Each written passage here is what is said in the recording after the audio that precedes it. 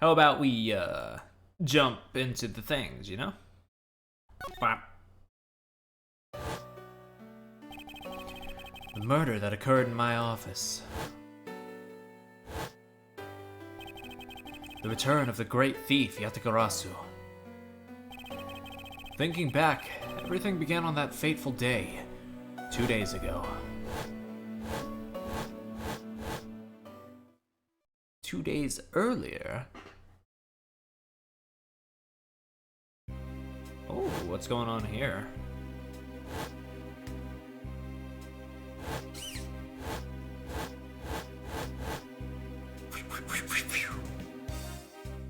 Ah, okay, yeah. Yes, everything began high up in the air, 9,000 feet in the air to be precise.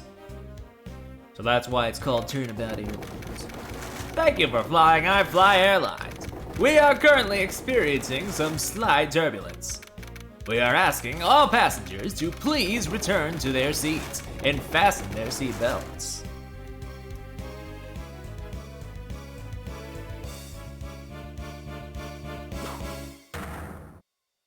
Bonk.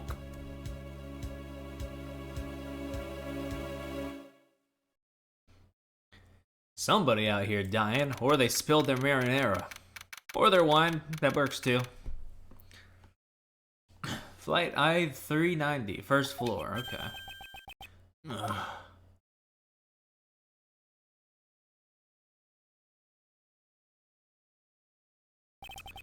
Why do I feel like I just woke up from a horrible nightmare?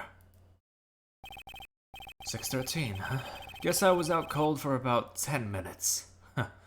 Slight turbulence indeed. Ladies and gentlemen, we are currently experiencing some slight turbulence. For your safety, we ask that you return to your seats and fasten your seat belts. I suppose turbulence is to be expected on a flight, though admittedly I'm less than comfortable with anything resembling earthquakes. Oh. Huh? What's this? A travel wallet? But it's not mine. How did someone else's travel wallet wind up in my pocket? Ugh, my head. Why won't this headache go away? I'll take care of this travel wallet later, or hand it off to an attendant. Ugh, earthquake like turbulence to an elevator.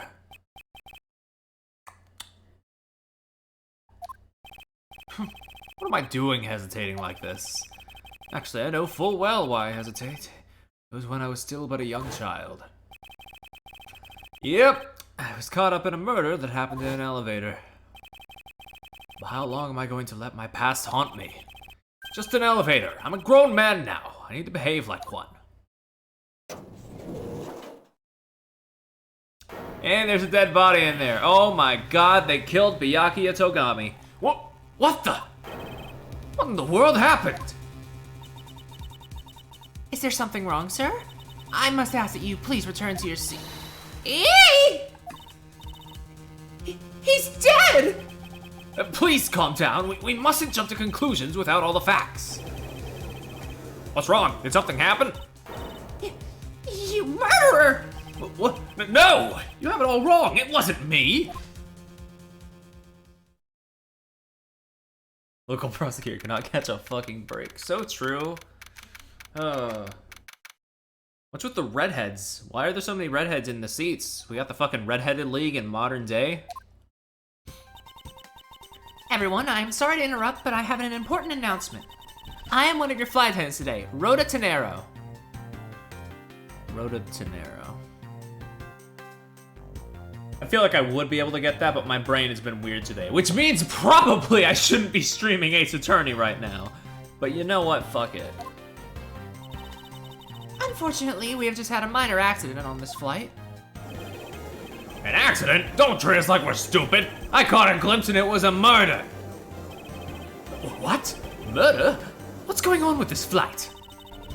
Everyone, please calm down. There's no reason to panic.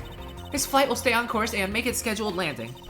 We are still currently in the middle of a rough patch of turbulence. So until we are out of this area of turbulence, I ask that you remain seated. But someone was killed, right? I mean, what about the killer? Let me off. Please, there is no need to feel threatened. Also, we are 9,000 feet in the air. I think getting off at this point would either mean parachute or imminent death. We have already apprehended the culprit. I ask that everyone please remain calm. What the heck is he talking about? Why should we remain calm? My name is Miles Edgeworth. I am a prosecutor, and I assure you I am not the killer. Ha! Being a prosecutor doesn't make you incapable of murder, buddy. You just listen here. I am not the killer. I simply found the body. So you say. However, I'm sure you are the perpetrator of this crime. I swear on my honor as a professional flight attendant. Oh, is that right? I know what I saw, and there's even very strong incriminating evidence to back me up. What kind of incriminating evidence is she talking about? We've already alerted the proper authorities at our destination. Until we land, you will remain in our custody by the powers vested in our captain. I'm very sorry, but please understand our situation. Your situation? I'm more concerned with mine and the direction it's going in. I'm not about to just sit idly by while I get accused of murder. Miss De Niro, is it? Yes? I was wondering if you might give me a chance. A chance? To do what? A chance to plead my case. A chance to ask what you meant by incriminating evidence just now. To accuse a passenger of such a grave crime without allowing him to give a proper defense. Can the professional flight attendant inside of you really call this action righteous? You have a point. Very well, I'll listen to what you have to say. Be wary of what you reveal. I'm afraid you'll only look even more suspicious if your explanation fails to satisfy. I also do not have the time to deal with you all day, so please make it quick. Of course. As you wish. Good. Very well then. Let's get started. I know for a fact that I didn't kill that man in the elevator. What I don't know is what sort of evidence she has up her sleeve.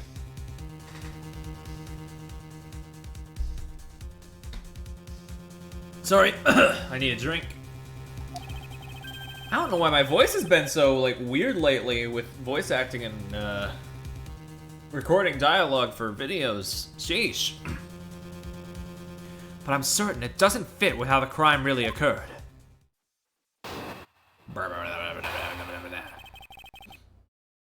What Miss Tenero saw. I swear to tell the whole truth as a professional flight attendant. Unfortunately for you, Mr. Edgeworth, I am certain you are the killer. Scene I saw in front of the elevator. It was you, standing there with fresh blood dripping off the murder weapon. So, if you would please cooperate, we'll turn you over just as soon as we land. That's it? That's her evidence? I don't think you could ask for a more perfect witness testimony. Wouldn't you agree, Mr. Edgeworth? Not really. It's hardly perfect when there's a gaping hole in it. What was she cooking? Okay, what do I have here? We have the travel wallet, the crime scene notes, and the Sky magazine. Deals, meals, movie, and dinner services inside. Touch the check button for details. All times correspond to our departure times. Okay, nothing really there yet. Oh, unless I have to memorize that timetable, which, oh my god. Body found at 6:15 a.m. inside the elevator, stopped at the first floor lounge. Picked off the floor in front of the elevator. Isn't mine, so whose is it? And let's get pressing. Tell me, what exactly puts the pro and professional flight attendant for you? Well, it means we are very professional about how we take care of our passengers. Services like fetching papers and responding to calls are done with speed and accuracy. I can assure you that I give testimonies with the same level of professionalism. But I'm sure you've already realized that by now, right? It's a bit hard to appreciate your professionalism when I'm the one under suspicion. And there you have it. My professional testimony is accurate and reliable. Unfortunately for you, Mr. Edgeworth, I'm certain you are the killer. Hold it. You certainly seem sure of yourself. Why? I just realized the back of her hair is like cubes. Bitch, how? Of course, a professional flight attendant can't afford to make mistakes after all. Perhaps, but you must admit there are few who can look at a murder with a clear mind. We attendants all go through extensive training and are always calm and collected. We can calmly serve you coffee if you so wish, as the plane makes its splashdown. Phantom Ruby, shut up. I fail to see how that would be the calm and rational thing to do in an emergency. Even till the bitter end, we are there to serve the passengers. That is the duty of all professional flight attendants. Cube! Unfortunately, the only colors voice clip I have on the soundboard is Drill! But there's potential for me to put others on there, so true. Also, hey, Carrick. You certainly are confident. Anyway, shall we return to your testimony? Scene I saw in front of the elevator. Yes? What'd you see in front of the elevator? That's what I was just about to tell you, Mr. Edgeworth. Framed by the elevator doors and bathed in the light coming from within. It was you standing there with fresh blood dripping off the murder weapon. Murder weapon? The murder weapon dripping with blood? Really now? I swear that it was the grisly scene I saw before me. Thank goodness it wasn't the passenger who saw her. There'd be widespread panic by now. As I recall, you were quite panicked yourself at the time. Excuse me? You were scared enough to misread the situation and accuse me of murder. Killer! Nonsense! Professional flight attendants cannot afford to be that flustered. I witnessed the murder scene and am now listening to your defense, all with a smile. Apparently, you also lie with a smile on your face. So if you would please cooperate, we'll turn you over just as soon as we land. I am not the culprit! And yet you would keep these restraints on me. Mr. Edgeworth, please try to understand what kind of situation you're in right now. And what exactly is my situation? I have the backing of the captain to keep you bound in this way. We are within our legal right to restrain anyone who might threaten our captain mid-flight. I don't think we ever... In essence, you're in the same situation as someone who's been arrested by the police. So I have to stay restrained until I can clear up all of her doubts? At least I'm close. A mistake shines like the silver lining on a dark rain cloud.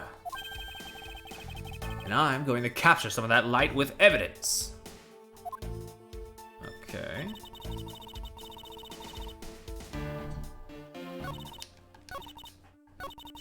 It was you standing there, fresh blood dripping off the murder weapon.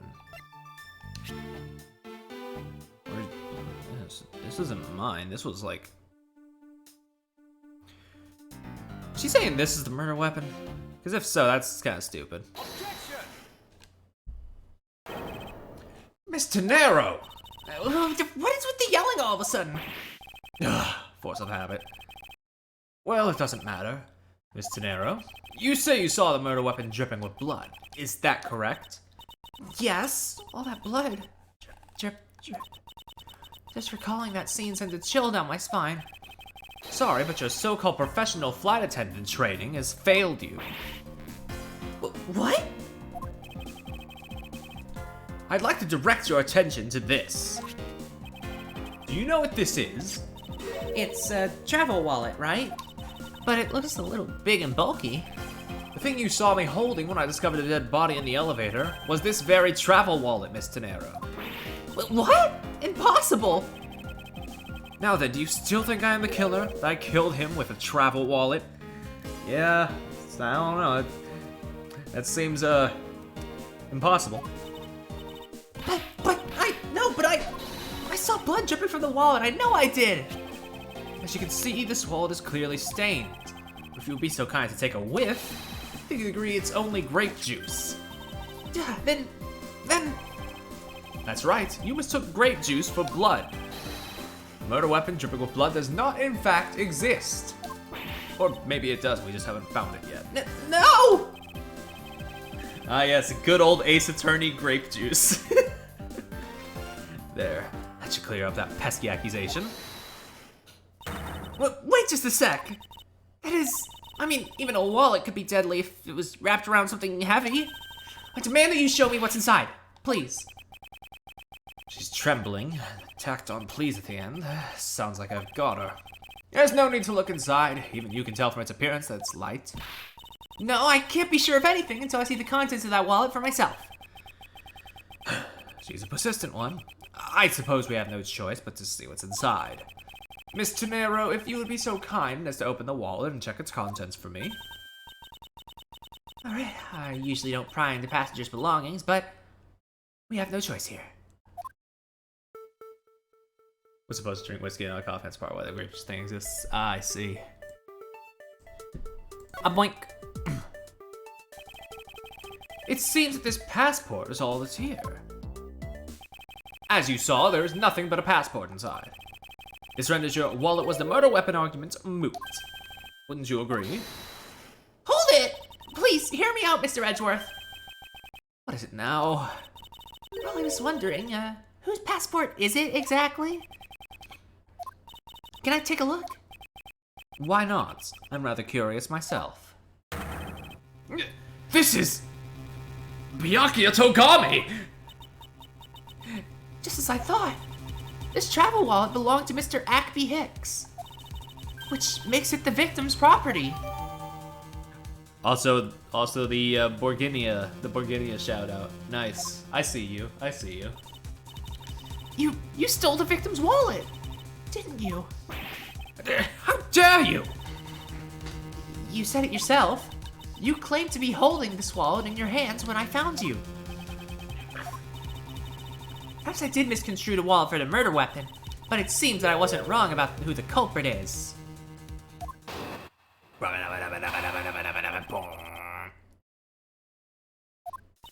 As you claimed, the murder weapon is not a travel wallet.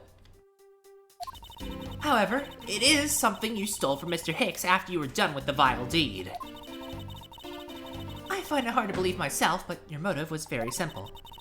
You had to steal Mr. Hicks's money, weren't you? The money wasn't in the... Whatever. So even though I didn't have the murder weapon on me, you still suspect me, I see. You stood up at the crime scene with the victim's wallet in your hands. How can I turn a blind eye and not suspect you of foul play? Alright. As you claim, the murder weapon is not the travel wallet. However, it is something you stole after you done the vile deed. Nah. I find it hard to believe myself, and your motive was very simple. You were out to steal Mr. Hicks's money. Am I allowed to look a little closer at this? Oh yeah, here we go. The money's all over the fucking place.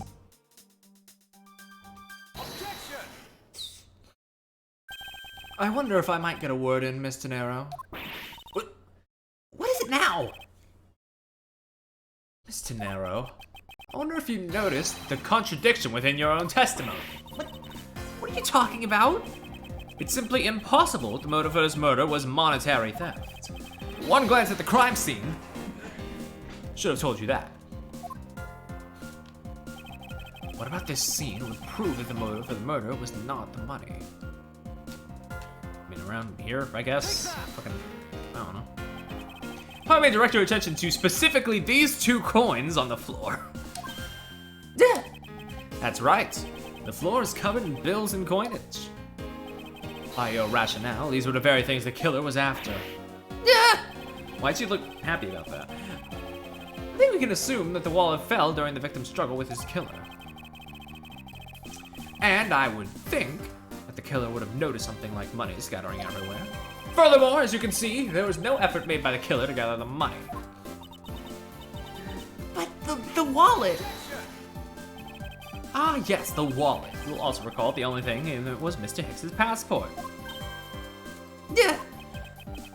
If you really are insisting that it was a crime based on greed, it's definitely just Byakuya. Yeah. Then you're claiming that it was all for an empty travel wallet. Forgive me, please. Hey, what the heck? Are you saying the attendant's wrong? So that guy isn't the killer? Ha! Don't believe it, everyone. It's a trick. You all please be quiet? Mr. Nero? Yes? You lost your cool when you saw the dead body. Plus, the lounge was dark and looking into the light from the elevator. It's easy to see how you mistook the wallet in my hand for the murder weapon. I take no offense that you thought I was the killer. Mr. Edgeworth. Thank you for releasing me.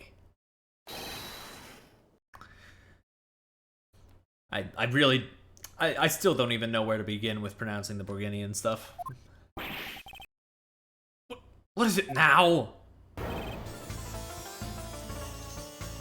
Very colorful design, though. Miss Tenero, if you could please translate, I'd be much obliged. It sounds like Virginian, but I don't understand any of it. There's another attendant on this flight who... Oh, there we go. I said that he is giving the runabout! I don't require an interpreter. I speak English just well, see? You, the attendant! Yes, sir?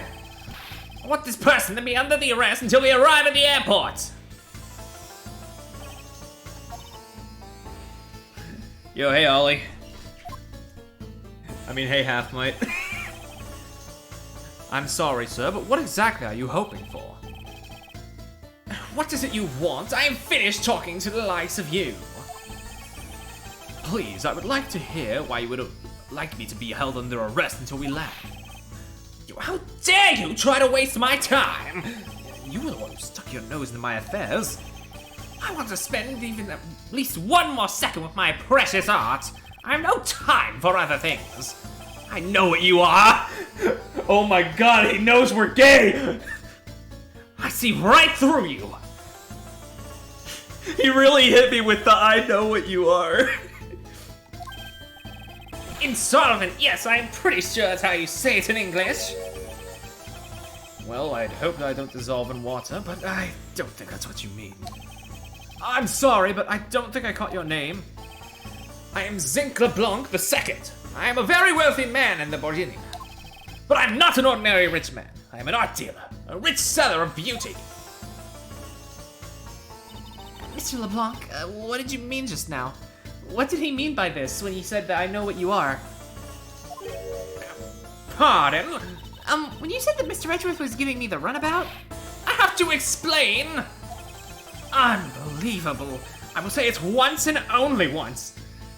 You know, yeah, I got so swept up in, like, immediately getting accused that I didn't even question why there was a fucking elevator on a plane. You're right. Big plane, I guess. I don't fucking know.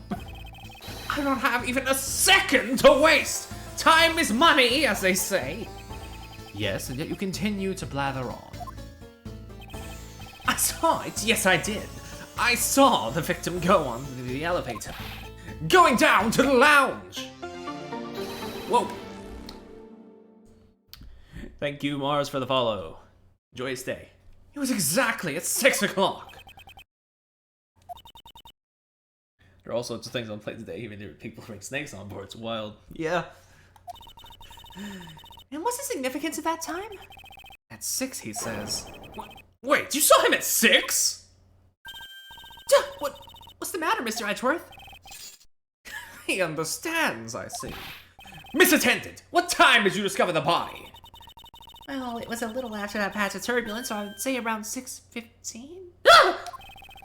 Hicks was his name, was it? I was under the impression it was Togami, actually. Then I say that man Hicks was killed in the 15-minute time span. And the only person in the lounge at this time was this prosecutor, yes. Yeah, I was in my seat the whole time. Me too. I was watching the movie and enjoying a fine glass of grape juice. I was still eating. I still haven't finished, see? The other passengers have an alibi, so you have no problem with them, I suppose. No complaint, I see. Not a single word against this, right? I have no way of discounting what you have put forth at this point, but it was not me. Oh, so you say. Do you have what you say, the evidence? Mr. Edgeworth, are you really the culprit after all? Mr. LeBlanc, I suppose you are... Quite certain of what you saw? Enough to give testimony. Of course! I was looking at that man the whole time! He was playing with that annoying little small machine the whole time. Machine? Yes, that's what you people call it in English, yes. It was making me crazy with this click, click, click. From that description, it sounds like some sort of small computer. Jesus. I believe what Mr. LeBlanc is talking about is a cell phone. I have to say that I did see him playing with it quite a bit myself. A simple cell phone? A laptop or organizer can see, but that's kind of low budget. I hate that noisy little machine in his hand.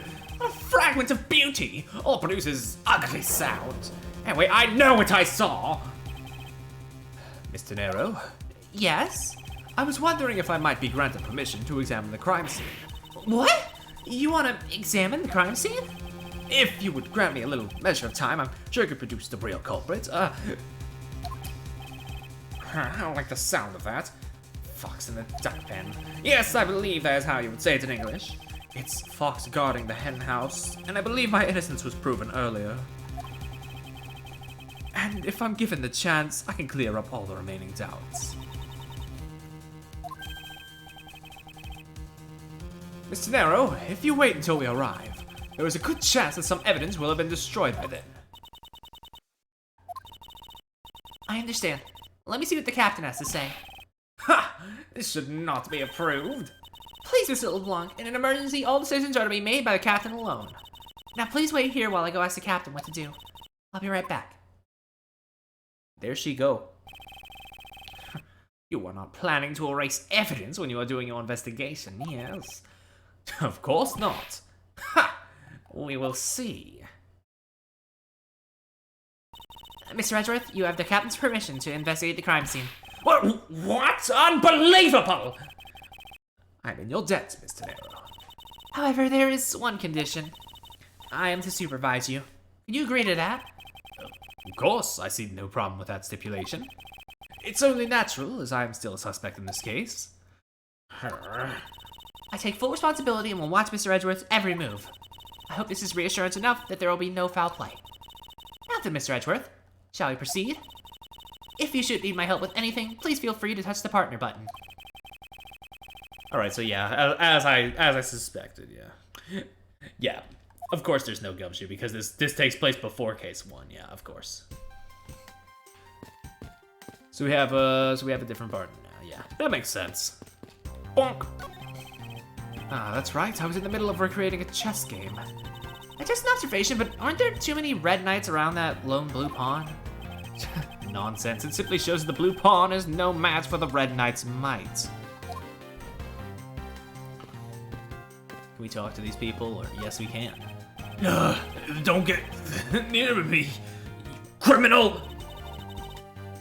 He said, don't get near me, you criminal. I'm not the killer, and I intend to prove that starting now.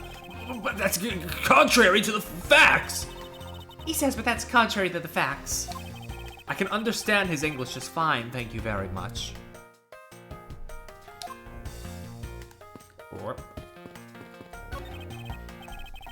Hey, miss, how about another glass? Excuse me, but I was wondering if you know anything about the murder. How about it? How about a glass together? Well, I'll say something about people who wear blue and red Edgeworth. Sorry, but I must decline. I wasn't talking to you, I was talking to the cute attendant. I'm sorry, but I'm on the clock right now. But if you need a refill, I'd be happy to bring you another glass at any time. You got it, Toots. That's no way to talk to a lady. What is this like? It's like, I want to say like, big milkshake he's got here. If I may have a word with you. This steak, so awesome. That's great to hear. However, I would like to ask you a few questions. I was here the whole time, so I wouldn't know. Eat or speak, please pick one. Well, I think he made his decision. I think he chose to eat. Yes, I can hear that. All right, let's leave. First floor, lounge. I want to thank you for your help back there, Miss Tenero. It was nothing. You should thank the captain for granting you permission. And just so everything is perfectly clear, I still don't trust you to that extent. I don't want you to think your standing with me has changed. I see. I will bear that in mind. I received an order from the captain earlier. He wanted you to know that we reserve the right to stop your investigation if we feel you're not making progress. And when we do, he asks that you please return to your seat at that time. So my time runs out at his and his crew's discretion, does it? To find a way to discredit Mr. LeBlanc's testimony before time's up. I understand. By the way, is there any place you can think of where the killer might hide on board? I don't think so. After every first-class passenger was accounted for at his or her seat, we made a thorough search of the plane. As for business and economy class, no one can move between those two classes in first class without a staff key card. And we found no record of a key card being used at all. Which means that I have a first-class killer on my hands. At least I know that much for sure. And one other thing. No one else has been allowed near this crime scene since the murder was discovered either. Alright, let's investigate. Now then, let's get started. But where should we start from? Let's start with Mr. LeBlanc's statements. The crime occurred between 6 a.m. and 6:15 a.m. During that interval, the only person in the lounge was myself. Which would make me the prime suspect. However, since I did not kill Mr. Hicks, that means the second killer was around somewhere. If we're to believe what you say is true, then yes.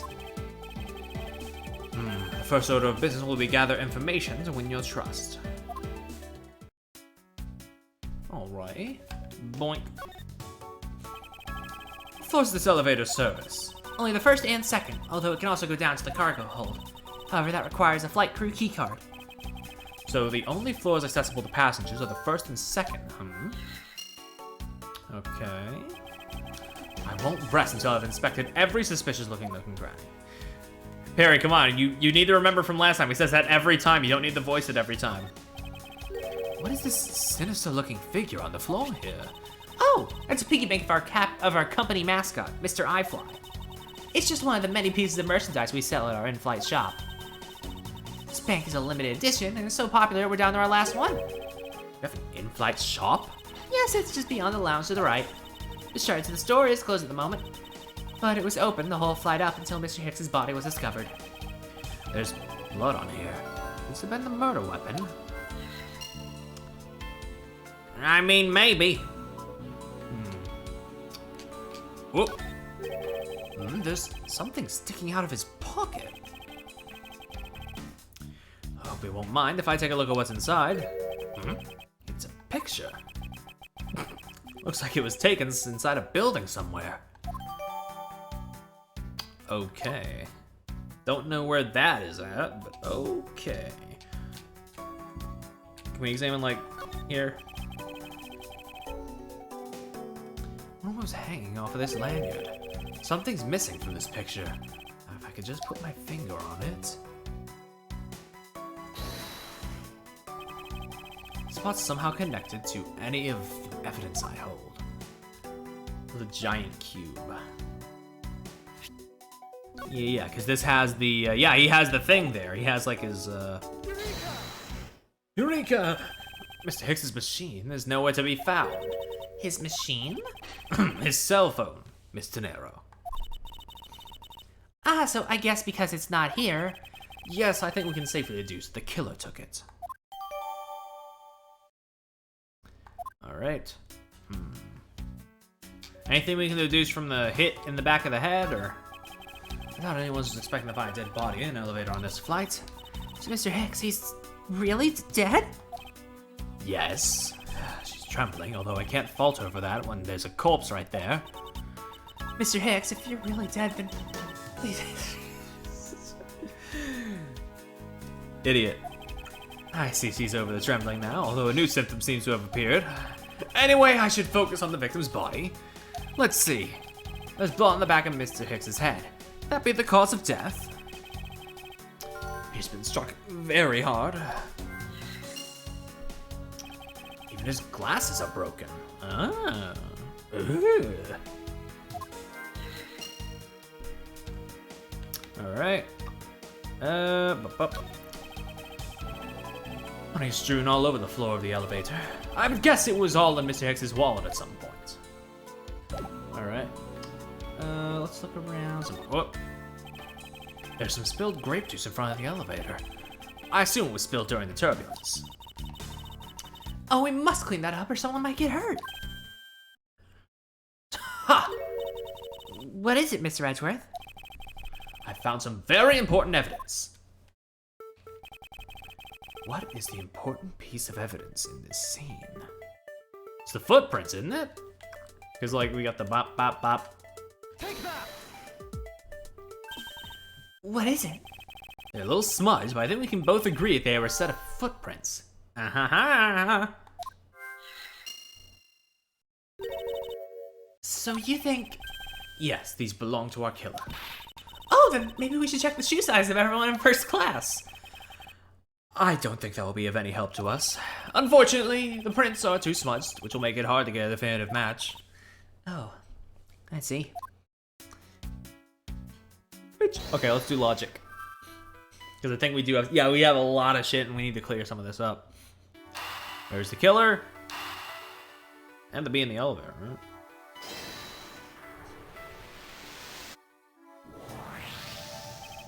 True, there wasn't anyone else in the lounge other than myself right before the turbulence. But if the killer was in the elevator along with the victim, then that's a different story. If I can prove the killer rode the elevator with Hicks.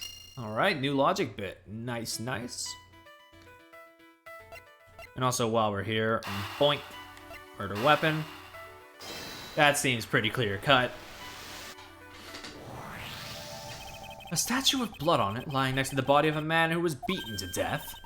Oh, Mr. Edgeworth, I think I figured something out. Yes? What is it? The way the blood is on this, it looks like it matches up with the wound on his head. Well, aren't we deserving of the Master of the Obvious title? Well, what do you think, Mr. Edgeworth? Do you think that's worth investigating? It would appear this figurine is our murder weapon. Oh, I just knew it! I mean, I can't think of any other connection. Perhaps Master of the Obvious would be, perhaps Master of the Oblivious would be more befitting. Come on, Edgeworth. Sheesh. Alright, Well, I can prove the killer rode the elevator with Hicks.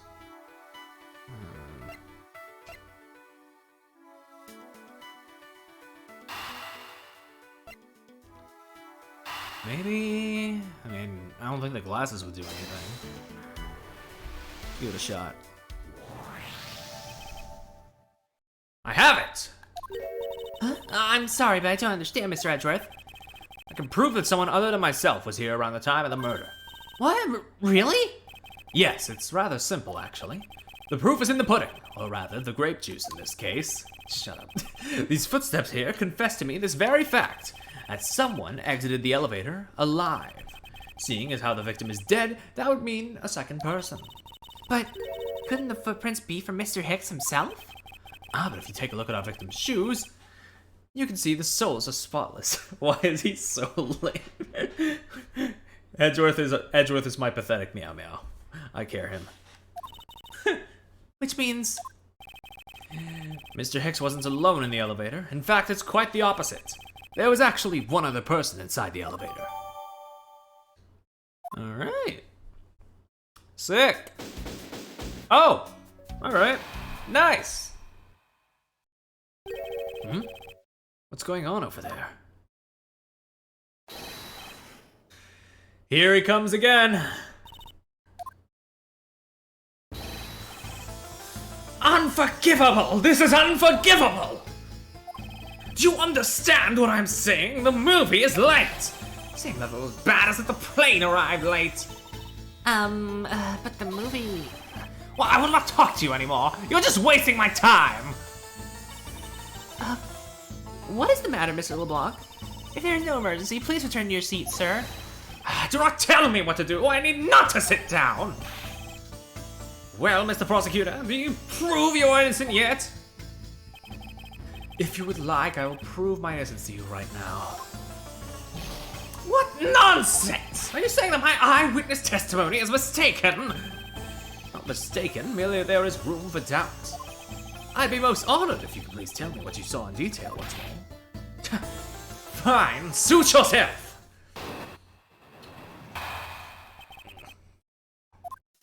I'm certain I saw Mr. Hicks enter that elevator. When the needles on my pocket watch pointed to 6 and the 12. I was discovered 15 minutes after that in the lounge, yes?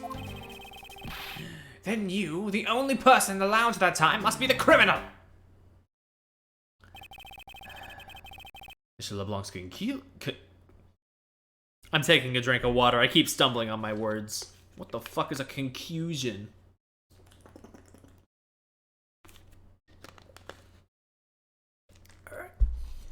Mr. LeBlanc's conclusions seem to make logical sense.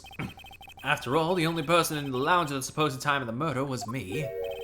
So, my eyewitness testimony, if you think you can destroy it, then come, let me see. Hurry, do I look like a man who is having the time to wait for you?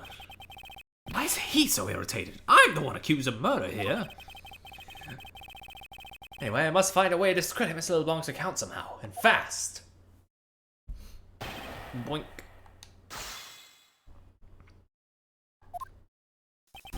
I'm certain I saw Mr. Hicks enter the elevator. Bump. Mr. LeBlanc, were you able to get a good look at the inside of the elevator at that time? Of course, I saw what was inside. And you are sure that the victim was in the elevator alone? Yes, the only person inside was that Mr. Hicks man. This last outburst is a bit too important to let go. The only person inside was that Mr. Hicks man. But...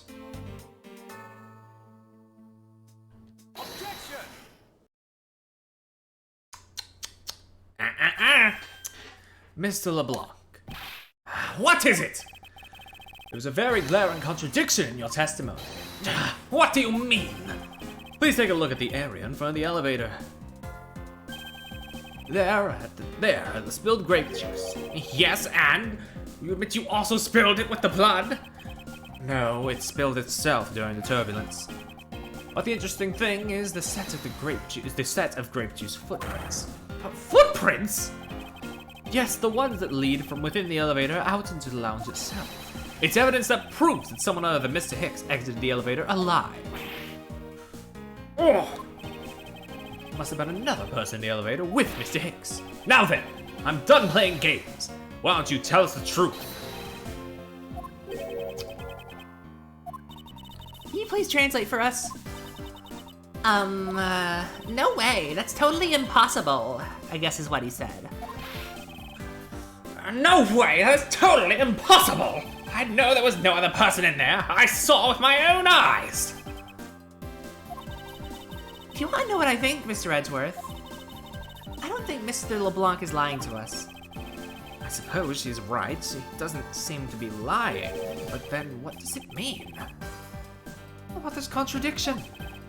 Mr. LeBlanc, please, just once more, will you recall the details of what you witnessed for me? Come on. I was very upset when Mr. Hicks passed by my seat. I was always checking the time over and over again. Wonder why. I happened to follow that man with his eyes when he passed me. With my eyes when he passed me. I didn't use his eyes. And I saw clearly into the elevator he was entering. But I swear there was no one else inside. No one!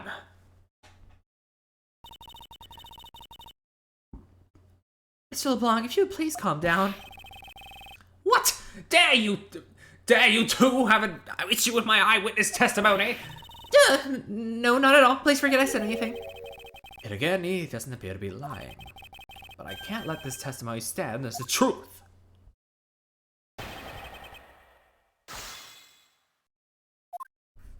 Very upset when I saw him pass my seat. I was always checking the time over and over again. Bump. Why were you so attentive to the time? Because something unforgivable was happening! Come to think of it, you were yelling about something unforgivable earlier. I was giving a complaint to the attendant about the movie starting time. Return back to me Return back to me my time and money! You understand the point? Movie? Is he talking about the in-flight one that was mentioned in the magazine? Summary of the start of the plot and the start time. Interesting. It was supposed to show license to love, laugh, maim, and murder. You cannot see that movie in my country. You can only see it on international flights. I look forward greatly to that movie. I check my pocket watch whenever possible so I would not miss it. I even set my pocket watch to destination time when I came on board. The watch is not wrong, it matched the schedule. The movie was still late, very, very late. Your pocket watch, I'd like to ask you a little more about it, if that's alright. The movie I wanted to see would not start, so I checked my pocket watch many times. Watch is set to my destination's time. I always set it when I board the plane. Can I take another look at this?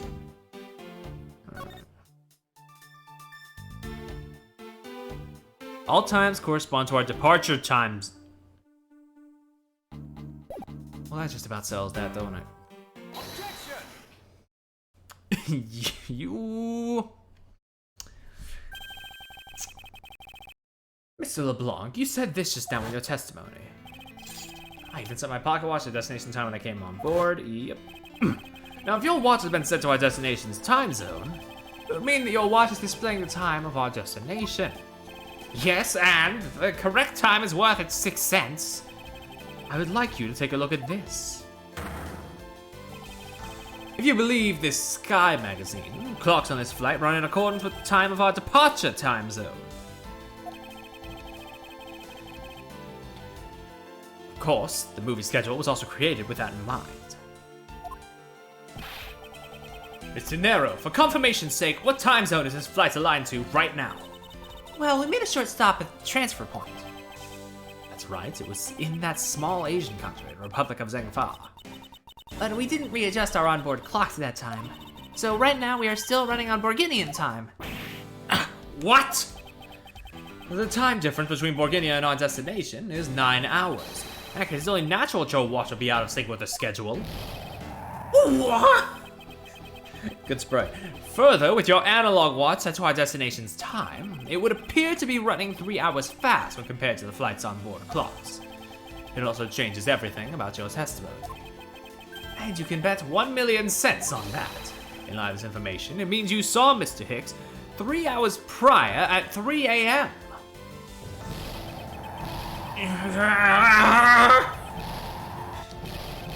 My 1,000,000 cents! This should clear up all the remaining accusations.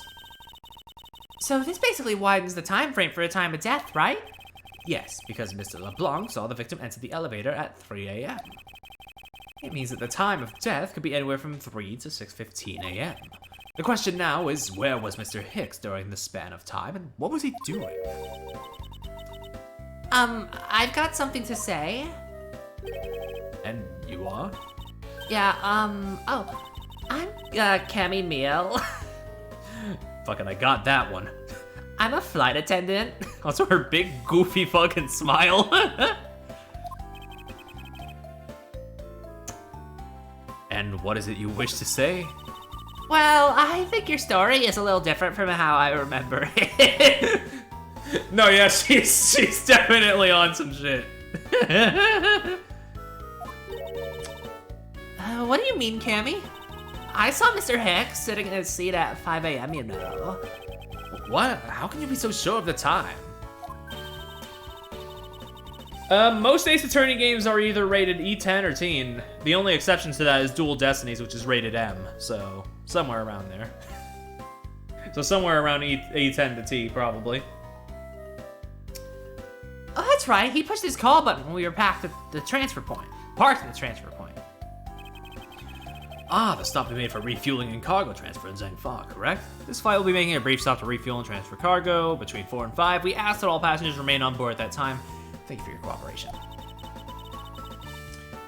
Yes, it was from 4 to 5 a.m. according to our clocks.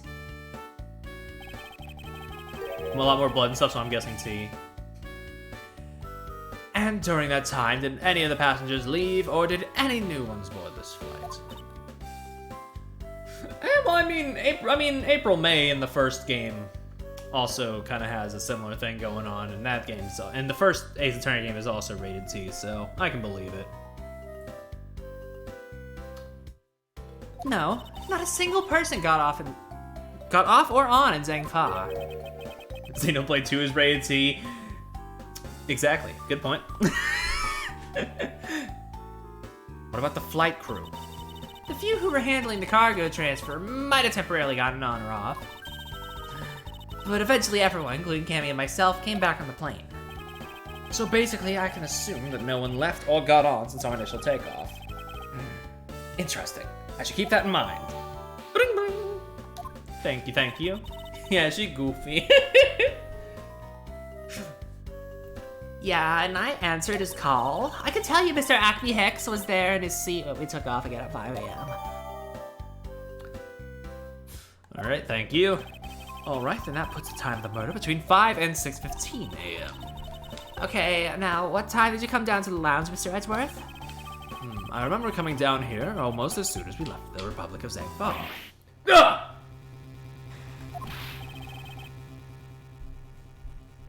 Sorry, need water. You were here the whole time from 5, yes? And you are the only one who could be the killer. Mr. Edgeworth, were you really here in this lounge the entire time from 5 a.m. onwards? Unfortunately, yes. But then how do we explain the footprints? Is not that obvious? This man waited for Mr. Hicks here in this lounge. Waited to kill him. And he put the corpse into the elevator. That is when the turbulence happened. My eyewitness testimony may have been mistaken. But what time I saw Mr. Hicks enter the elevator on the second floor does not matter. Because the entire incident concluded here in this lounge. Everything happened in this lounge? Is that what you really believe, Mr. LeBlanc? Do you have another idea? I simply feel that there is something out of place in the scenario you presented. Is there something that can tie this crime to a location other than this lounge? I mean, the footprints were like disconnected in a sense, you know? Like, there wasn't any spilled juice, like, it was like cut off after a certain point. The spill, I mean. These footprints, in which direction do you think these are headed? That would be the, in-flight shop. Correct, they're headed in the direction of the shop. But they look disconnected, they end all of a sudden. You are right to point out that they do not form one continuous trail to the shop. However, there is another piece of evidence that connects the shop to our crime scene. Besides the footprints, what else points to the in-flight shop? The bank, because you get those at the shop. The murder weapon, this little piggy bank, is sold at the in-flight shop. It is sold there and only there, and is not displayed here in this lounge. How then did it find its way here? Don't you find that a tiny bit suspicious? Such a trivial point. It only means you prepared it, taking it from the shop first before coming here. That doesn't prove you're innocent at all.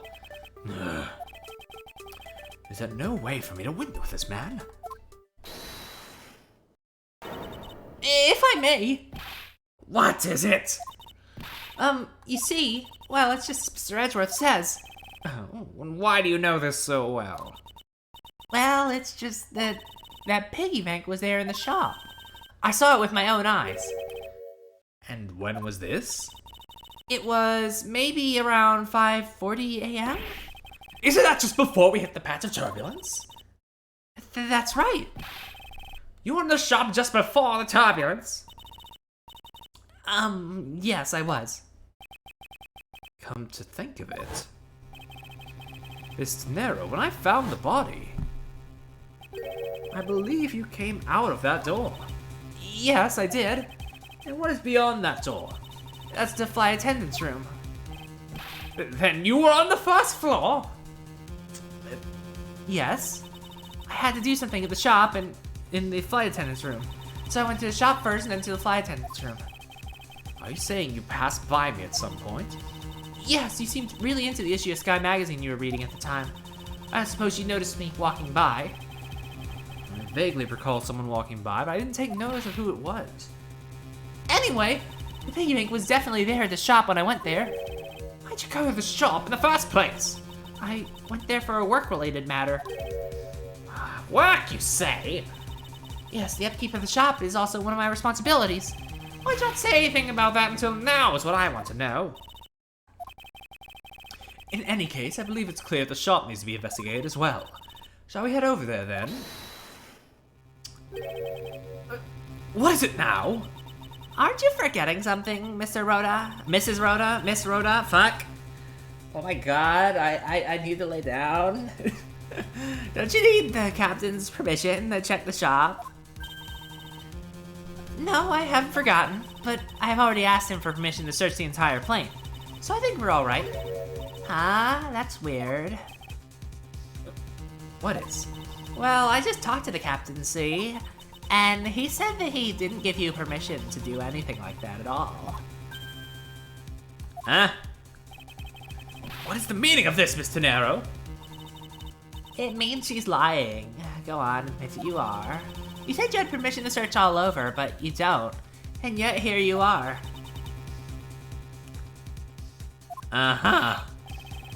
You, flight attendant, what are you trying to do? Pull the sheep over us? The captain's calling for you, Miss Rhoda.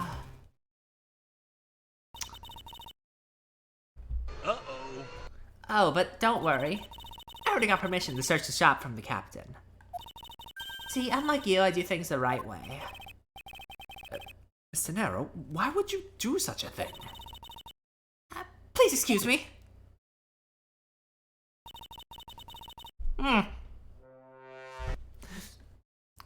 Looks like I get to be in charge now. Please go back to your seat, Mr. LeBlanc. Now then, Mr. Edgeworth. If you would follow me, I'll be your guide from now on. There's something about Miss Tenero that has piqued my curiosity. Right now, investigating the in-flight shop is my top priority.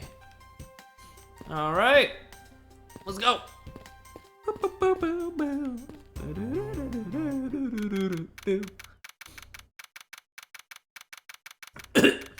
Excuse me. So, this is the in-flight shop. It's quite a mess in here. You think? So I'll have to clean things up then. Hold on! You can't clean up a potential crime scene. Oh, thank goodness. I hate cleaning so much. Yo, she's just like me for real. I mustn't rush things here. I must remain cool, calm, and collected. Because his piggy bank was left at the crime scene. There's a very good chance the killer had paid this place a visit. Let's go! What are these? Oh, those are our company's completely original line of suitcases. They're practically flying out the door. That's how popular they are. You should buy one and see how you like it. You won't regret it. Perhaps that's how things work on this flight, but in the real world, you try, then buy. No way! But either way, it doesn't really matter.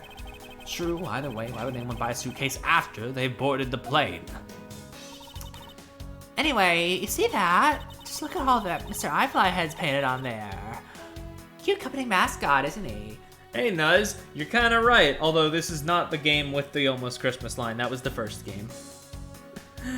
But welcome, yes, we are in the Edgeworth saga now. They painted on with a lot of care. Does he look like he's about to jump out at you?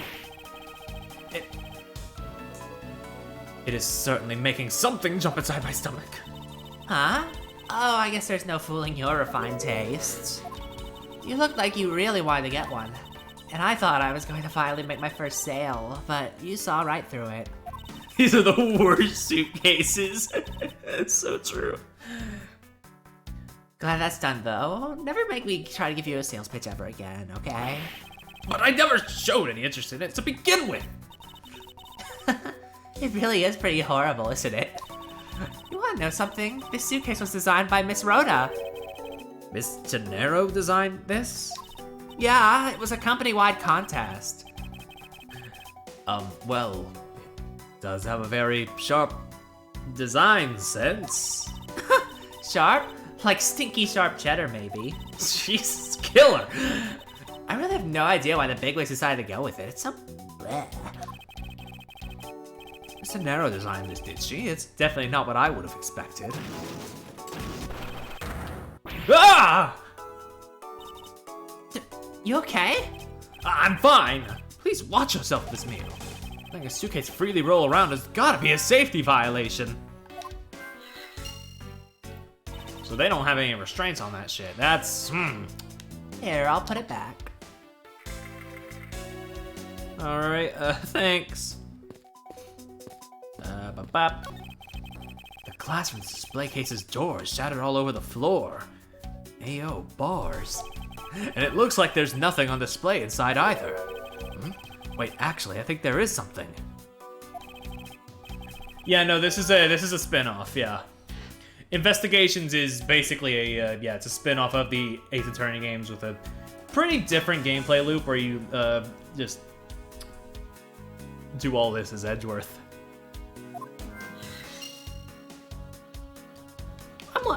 I'm enjoying it so far. Do I have enough to do logic right now? Or maybe I should look around a little bit more. Inside this display case is a row of lifesavers and life vests for sale. We sell a lot of these when there's some kind of accident or something. But some people buy them even when nothing's going on. How about it, Mr. Edgeworth? Care to buy one? I sense that the shop is one shopper away from being sued. Yeah, let me see if I can match anything up. Tiny captain's eyes. Sorry, I've seen one of these before. Hold on, let me go back because I want to check something real quick. Bop. Somewhere on one of these things. Yeah, there's a little creature on here on the like information brochure thing or whatever.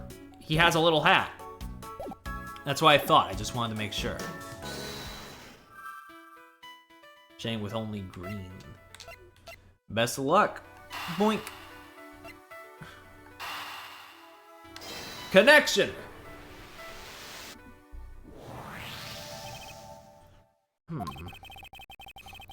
The hat probably used to be on the piggy bank's head. Let's give it a go and see. A dubious little creature getting up to mischief. I believe this piggy bank was forcibly removed from this display case. Does this mean that the killer broke the glass to get at it?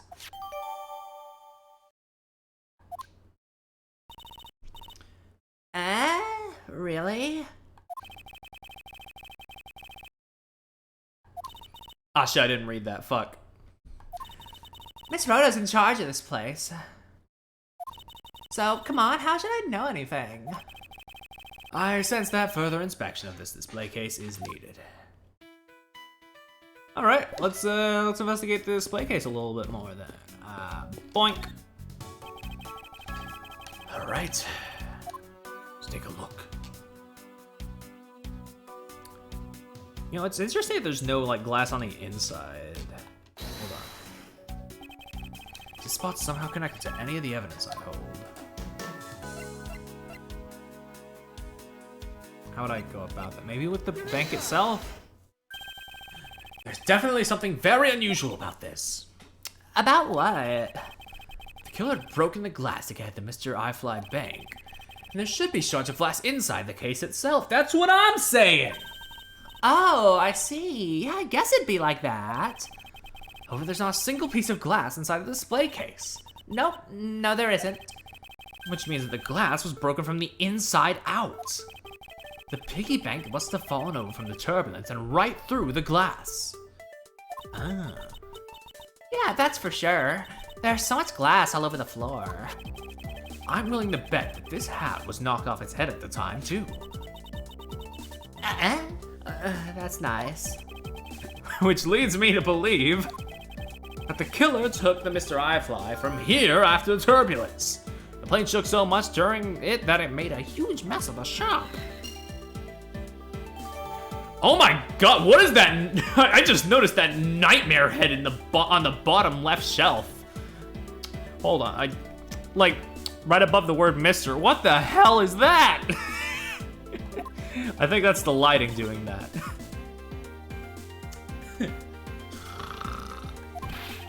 Take your power naps on your own time, Miss Meal, and listen when I'm talking. Uh, Murder occurred before the turbulence, which rules this piggy bank out as the murder weapon. so you mean the bank's not the real murder weapon? It's a fake? Yes, at this very point, that is a very real possibility. But then what if when the killer went to take Mr. iFly, they broke the glass by accident? The display case is locked, so that's highly unlikely. Yeah, there's one person who could have. Oh, who would that be? Miss Rhoda, of course. I mean, she is the one in charge of this place, so she has the keys to everything. Miss Rhoda Tenero, huh? Okay, yeah, no, what the fuck is that? What is this thing?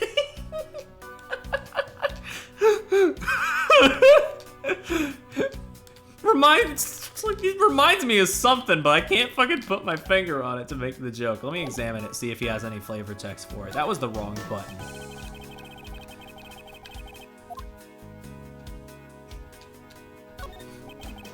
Is this the same man as the one portrayed by a statue surrounding the elevator? Yeah, it's a paperweight of the founder of iFly Airlines, Mr. Hugo iFly. Oh, I see. On the bottom shelf, we have the cute one. The middle shelf is the realistic one. And the one on the top shelf, that's the floral version.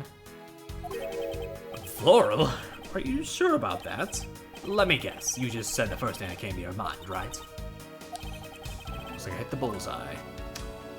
The cute version, sure. With those soulless, pupilless eyes. Pop off, queen. Oh my sweet god.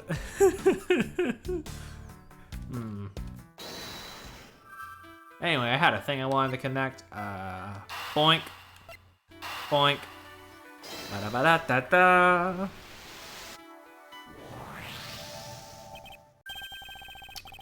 Yes, there is definitely something wrong here.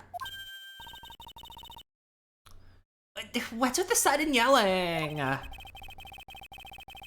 Tell me, Miss Meal, don't you think there's something strange about these suitcases? Oh, well, sure. They totally ooze strange, like the color and such. That's not what I'm talking about. Now pay attention. Sheesh. Ah, you're scaring me, Mr. Edgeworth. Sorry. These suitcases are lined up a bit too prim and proper. Yeah, they look a bit uptight, don't they? But I guess they take after their creator. Again, that's not what I meant, Miss Meal. Don't you find it unusual these cases are the only things undisturbed by the turbulence? Never mind. I'd sooner find an answer by inspecting these suitcases myself. On closer inspection, they really are quite hideous. I wonder how Miss Rhoda would have reacted if she'd heard what you just said. What's wrong? She makes a good point. It would be wise of me to watch what I say out loud. Damn the design on these things fucking suck! Oh, what's this? I suppose something that's not quite right. What is so unusual about this suitcase? Only one of them has a stopper. This is what's so odd. I don't think it's that strange at all. Well, maybe not to that extent. Well, shit. Mustn't overthink this. Let the answer come to me. What's so unusual? Maybe it's the fact that the other one is unrestrained, but I feel like we kind of already talked about that, so I feel like I'm about to get my shit kicked in again. Something very peculiar about these wheels. Oh, I guess that was it. Huh? As in, There are no stoppers in place on these. Without stoppers, one would think that the turbulence would have sent it flying. We kind of already saw it do that, whatever. and? And so it is very likely that the suitcase was placed here after we hit that turbulence. Let's take a closer look at it, shall we? Take a shot every time they say turbulence, by the way. You will die.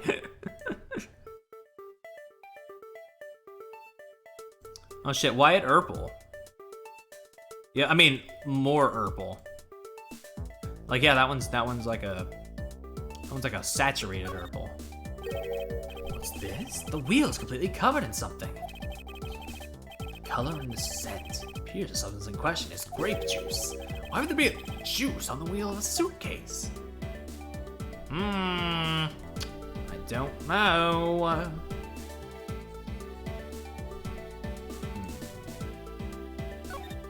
It would appear to be unlocked. Let's take a look at what's inside. What's inside? Oh, a piece of cloth. It's soaked with blood. Also, we've seen this. Also, we've seen the color palette on this cloth before. Ah, it's blood. It appears that this suitcase is very strongly tied to our murder. After all, it appears this pussy, it's different. Investigation complete. So, explain this to me. What did this suitcase have to do with the murder? I believe it's pretty safe to say the killer used this suitcase in some manner, such as to move something, perhaps. But aren't you just talking about the cloth then? That alone is too small. A larger item would be needed to move what I'm thinking of. The thing I believe the killer used this suitcase to transport is...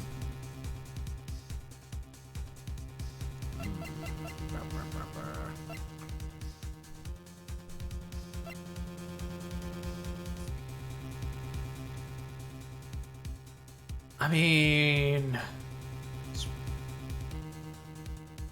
Suitcases and bodies name a more iconic duo in murder mysteries. Besides murder mysteries in locked rooms. Something that would fit inside a suitcase that is also covered in blood. Sounds like a dead body, doesn't it?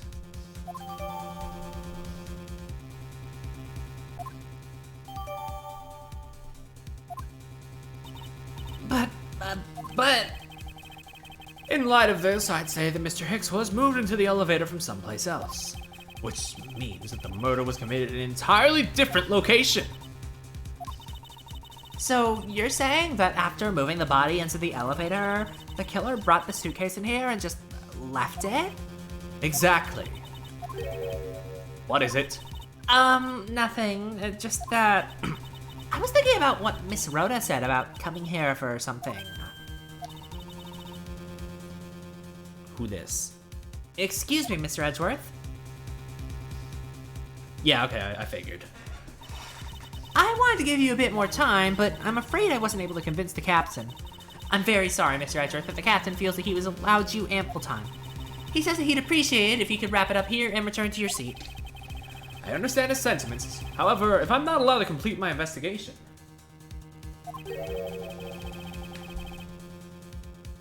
The crime scene may become contaminated by the time we land. If I must stop, I insist I be allowed to oversee the preservation of the two sites. Under your supervision, of course. If that's your only condition, then I believe we can accommodate your wishes. I'm here to assist you in any way that I can, Mr. Edgeworth. Sounds like fun. We can camp out and watch over everything together. I found proof that the real crime scene was not in the lounge. And I have enough evidence to prove myself to be innocent of any wrongdoing. And yet, regarding what Miss Meal reminded me about Miss De Niro, I can't allow my investigation to end here. The truth must come to light. Excuse me for a second.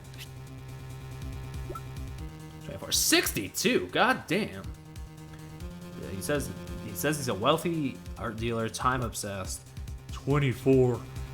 Charged with taking care of first class, okay. Seat in first class like myself, okay. I need to check the profiles more often. It's just what, you know. They're kind of underutilized in the earlier games, so you know. Oh, that was the to be continued. I could have waited an extra second. Come on, pair.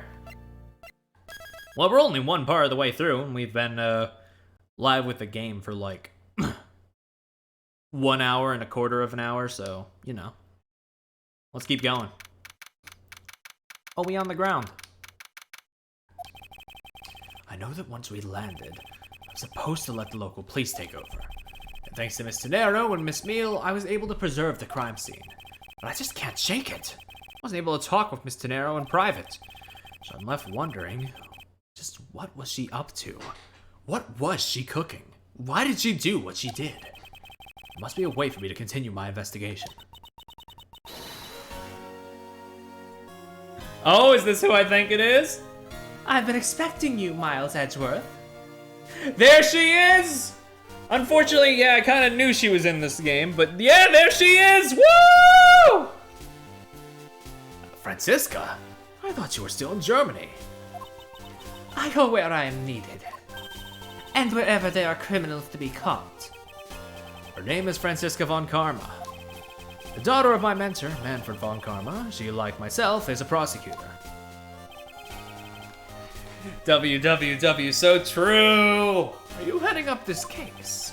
It would be a bit of a relief if you are. Don't you try to flatter me, Miles Edgeworth. I'm placing you under arrest. What? It's quite frustrating, actually. I had hoped to meet... Excuse me. I had hoped to exact my revenge on you in a different venue. But I'll have to take what I can get. I never thought I'd see the day when a disciple of the House of Von Karma would become a criminal. Have you no shame? Wait! It has all been a big misunderstanding! I didn't kill the victim! A misunderstanding? I heard all about the murder over the police radio from the captain himself. What's up, Poke? You waited for the victim on the first floor and then beat him to death. Franziska, do you honestly believe I killed a man? Yes, her dad is a criminal. What else is new? I suppose I should reserve judgment until I have investigated this for myself. I can put your arrest on hold until then. That's as it should be. Huh? I don't need a lecture on how to perform my duties from you of all people. To be perfect in every way, the fulfillment of that creed alone is all I strive for. Because your dad couldn't fulfill it. But, well, I have my own creed which I must fulfill, so why don't we solve this together? Girl buzz moment, though. I have to get going. The crime scene awaits. Don't you dare leave town. Trust me, I had no intention to. Detective Gumshoe? Yes, sir! Too slow. Ow! Oh no, why'd you give him a specific sprite for that? Oh, poor fucking thing. Pathetic little meow meow. Listen up, I'm leaving you in charge of watching this man. Don't mess up, understand? Mr. Edgeworth, I'm supposed to guard him? A simple yes or no, detective. Yes, sir. Understood, sir. Just leave it to me. Miles Edgeworth, if you interfere with my investigation, I'll arrest you on the spot. Now then, if you'll excuse me.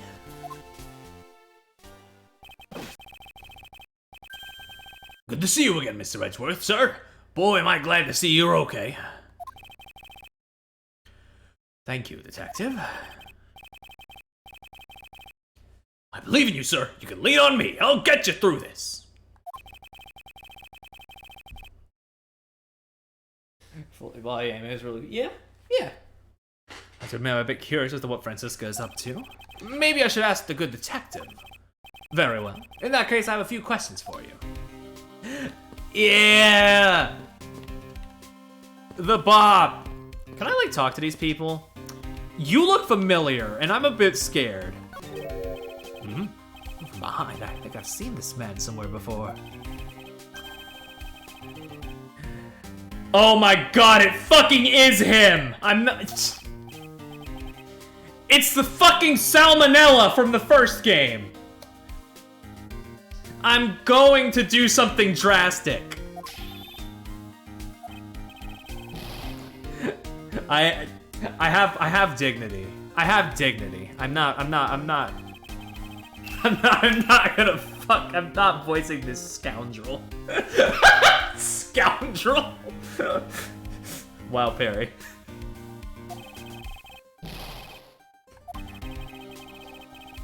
His name is Sal Manella. That is his name in the first game. First name Sal, last name Manella.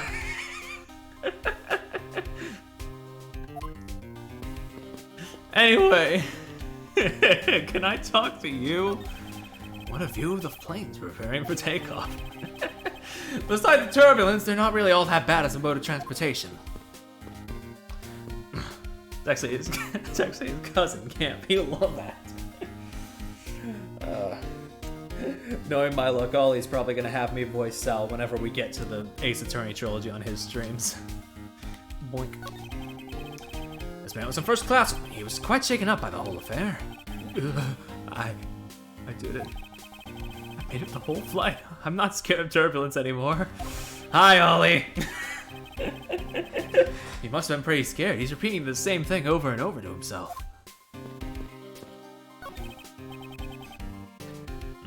Lunchland. Not bad. It's gotten big enough to warrant its own bread shops. What should I go with? I recommend our airport special, World Flag lunchboxes, only available for a limited time. We have a variety of lunchboxes made up to look like different countries' flags. They're aiming to take Lunchland to the international market. Alright, let's talk we go. Boink. So, how is the initial investigation going? We just shipped the body off to the coroner's office. And we're taking statements now, sir.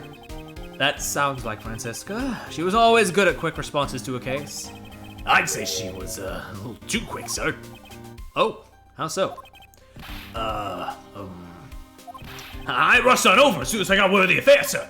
But somehow when I got here, Miss Von Karma was already here barking out orders at everyone. It was kind of creepy, as though she knew there had been a murder or something. And come in advance to await your flight's arrival. That is sort of odd. She did show up rather quickly and out of the blue. Plus, I still don't know why she's here in America. There must be some backstory to all of this. Miss Von Karma just kind of popped up at the prosecutor's office about a week ago, sir. Something about chasing down leads related to a certain incident. No details? It's kind of top secret, so she can't talk about it, even with me, sir. Knowing her, the only type of talking she likes to do is with her whip. Plus, I doubt the top secret part was what stopped her from talking to you, detective. Oh, I need water, I forgot. Yeah, Gumshoe's voice was the big one that fucked me up last time.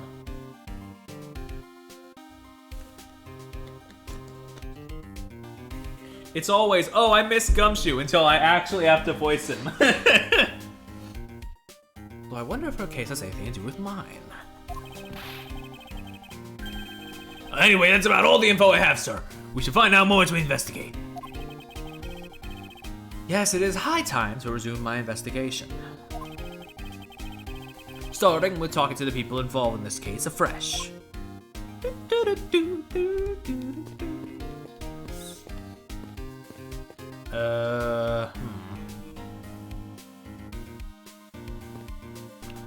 I guess I go back here.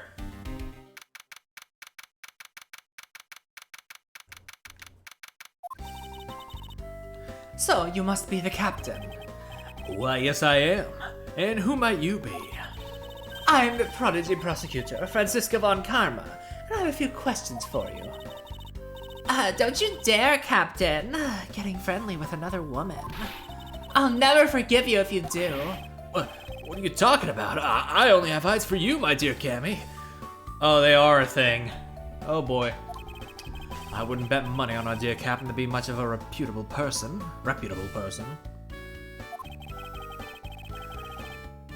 Sure you don't want to ask the captain some questions, sir? He was in the cockpit the entire time. I highly doubt he would know anything of use. Anyway, I'd like to leave that type of witness to Francisca and her whip. Ugh, straight people! Ah!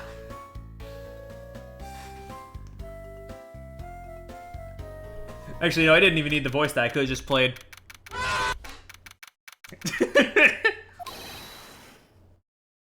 Now, see here! Ah! Sorry, I'm sorry! How long do you intend to hold me? It is impossible for me to be the criminal, I told you! Mr. LeBlanc? Oh, it is you. Tell this man to stop stopping me from going. Time is money. I don't have 1 second of wasteful time to spend. What if I just looked around elsewhere? Looks like we can't go beyond here, sir. Plus, the body's been sent off to the medical examiner's office for an autopsy. Hey, Edgy, you know how to play the piano? They got a piano on this plane. Hey, you think I could try it out, sir? I think you would know better than to randomly touch things at a crime scene, detective. Besides, I didn't know you knew how to play. Of course I do. I'm practically proficient. Interesting. Things you learn about people on a daily basis. I can get Doe and Ray to come out just right, sir. 2 notes does not a proficient pianist make, detective. Oof. Gumshoe needs more piano lessons. Oh, I can just walk right through him. Yeah. Well, kind of. Eh, whatever. Finish taking his statement yet? Yep, all done, sir. I do not concern if you are not done examining the cargo hold. I want my cargo back. Cargo? If you make a single scratch on my art, you will pay. Art? What sort of art? Mr. LeBlanc is an art dealer, so he's got a bunch of artwork down in the cargo hold, sir. There's practically a mountain of them, large and small. From folk costumes to stone statues, I sell all kinds of arts. Folk costumes? Speaking of which, Mr. LeBlanc's hat. Ah, it looks like another piece of cloth. Gee, thanks, Edgeworth. If you didn't say anything, I would have just done it anyway, but... Mr. LeBlanc, can you please take a look at this for me? There's a pipe bomb in Art General. Oh, Lord. Am I allowed to look? I mean, it's my stream. I can do whatever the fuck I want. Yo, sick. Poke, that kind of goes hard, though.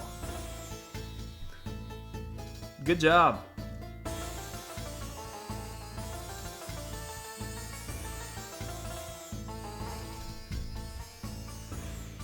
Mr. LeBlanc, can you please take a look at this for me? Oh, it's a fucking ink cloth. As I suspected, your hat is made of the same material, I suppose. Yes, of course. This fabric is so famous, orders come from over the seas for more. Interessante. Then this is the cargo you were talking about earlier. No. My cargo this time is much, many gigantic. You, detective! When can I have my cargo moved? You can get your cargo back when we're done investigating, pal. The stubbornness, if you please. It is no good. There's no good. That attendant refuses to exit the attendant's room, too. An attendant? I wonder if he's talking about Miss Tenero. Well, let's ask and find out. What did you mean by that attendant, Mr. LeBlanc? She was taken into the attendant's room for her interview, and they still have not come out. They make no sign of coming out either. Listen, they'll come out when they're ready. Some people just take more time than others. I was finished with my own interview much earlier, quicker than her. Why is Miss Tenero's interview the only one that's taking up so much time? Miles Edgeworth, you were given free rein to examine the plane, weren't you? Yes, I was able to obtain the cooperation of the flight attendants. Speaking of attendants, I'd like to speak with Miss Tenero. I wonder if you might grant me permission to enter the flight attendant's room. Before I do, you still have to clear up a few issues surrounding your own circumstances. I understand. You may have tricked those attendants with your sophisticated talking, but you can't pull the wool over my eyes, Miles Edgeworth. All right, let's go. Francisco's logic. Let's not complicate things and go with the most obvious conclusion. The scene of the crime was here, in the very lounge the body was discovered. From the time the victim was seen calling for an attendant until his body was found, the only person... Almost went full British there. The only person in this lounge the entire time was you, Miles Edgeworth. This unmistakably makes you the likeliest suspect. The likeliest suspect, Francisca.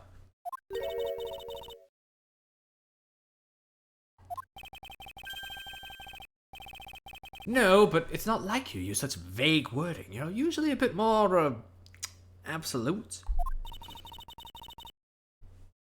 I'm simply trying to watch out for you. Or is my kindness too hard for you to comprehend?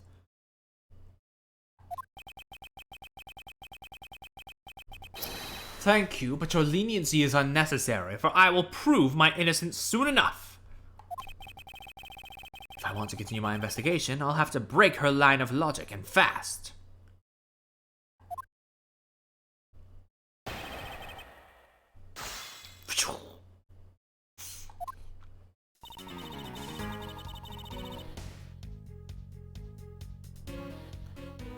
Let's not complicate things and go with the most obvious conclusion. Okay.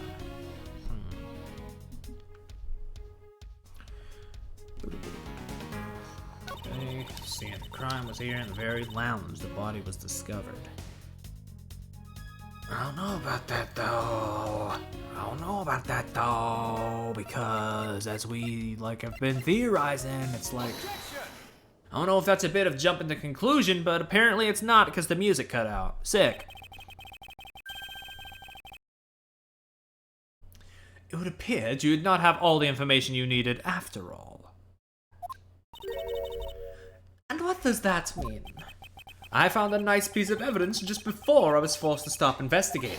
A piece that proves the body was moved from a different location. Ooh, banger time. The killer used this suitcase to move the victim's body, meaning that the real scene of the crime is not this lounge at all. Who's the one rashly jumping to conclusions? Excuse me? All you did was find this piece of cloth inside the suitcase. That doesn't prove that the body was moved. It could be that the killer simply chose that suitcase as a good place to hide the cloth. I expected you would come to that conclusion. It would seem I can't escape that easily. You should know better than that. Von Karma is perfect in every way. Ah, but did you know that the killer definitely wheeled the suitcase around at some point? As if there is proof of that. Where's the proof that this suitcase was moved around?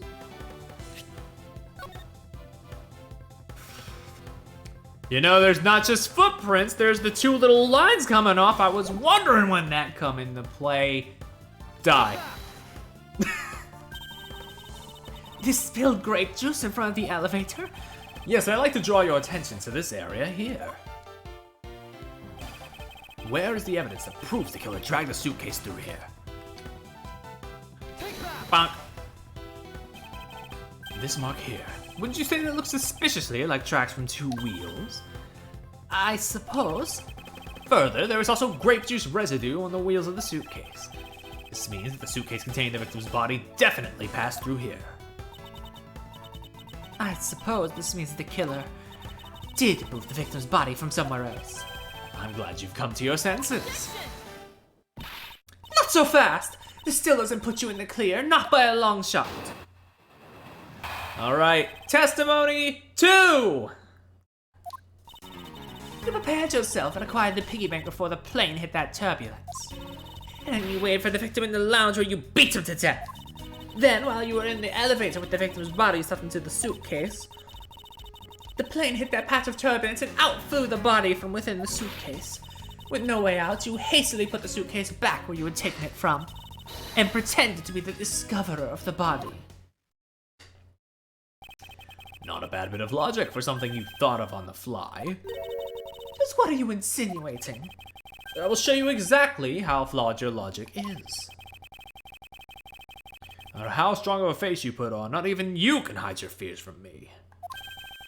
I'll expose the flaws in your logic in one fell swoop.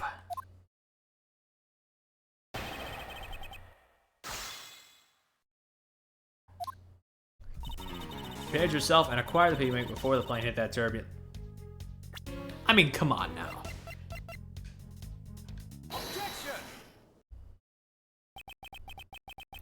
The fact that you took this piece of evidence into account in your testimony is to be commended. Your legal prowess is certainly something to be feared.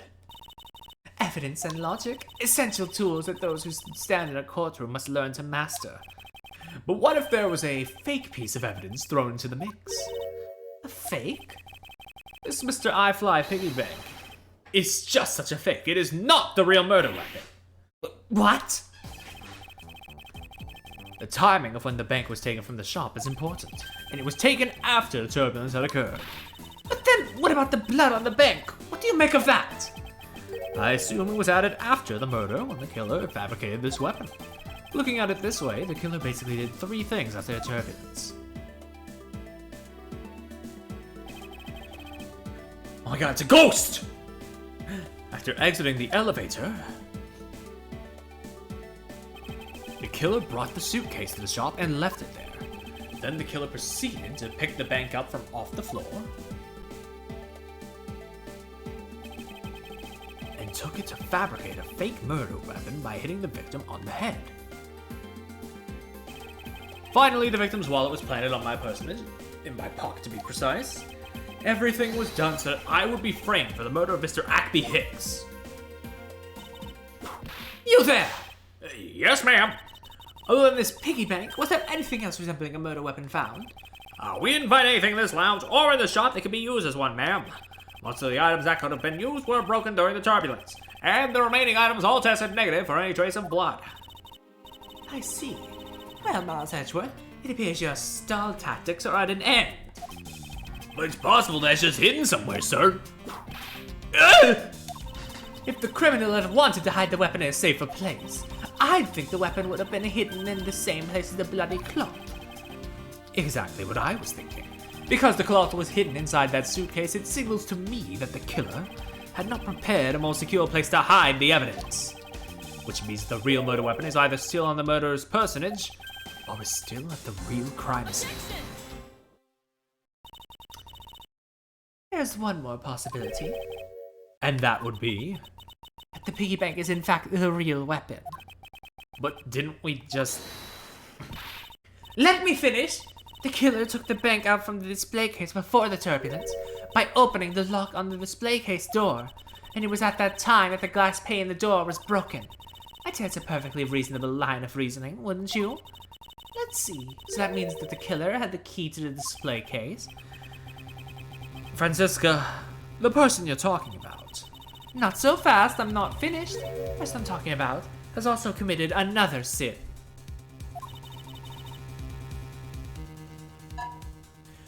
She tricked the captain and granted you permission to conduct your investigation. Yes, it's the sin of lying. Speaking of which, I recall you also wish to speak with her. Yes? Very well, permission granted, but only if I can sit in on your interrogation. Do we understand each other? I have no intention of interrogating her, but you are welcome to accompany me if you so wish. Miss Tenero was in the flight attendant's room. Let's move. Alright, let's go.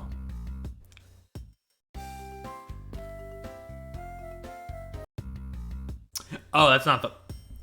That's not go here, right? Yeah, that makes more sense, yep. Yep.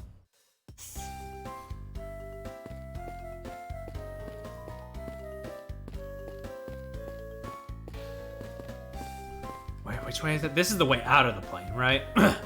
So this is not the room. Okay, yeah. We go here. This is the main, like, hallway area. This is some goofy fucking music. It's the blue door. Oh, you right, you right. I may be stupid. I have made a continuous lapse in judgment. So you're the one that poked around inside this plane without the captain's permission. Deviating from the flight attendant's manual is very unbecoming, you know. What were you hoping to accomplish by doing that? Miss Tenero? Ah, Mr. Edgeworth, you're here too?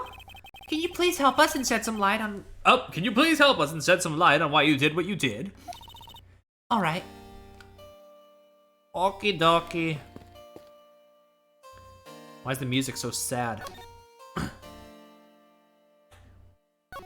Oh, it's because she's sad. Why did you lie about receiving the captain's permission like that?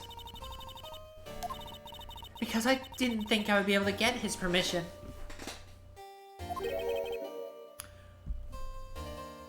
What do you mean? The captain, he only has ears for Cammy. I spoke with the captain a little earlier myself. He definitely seems to be rather taken with Miss Meal.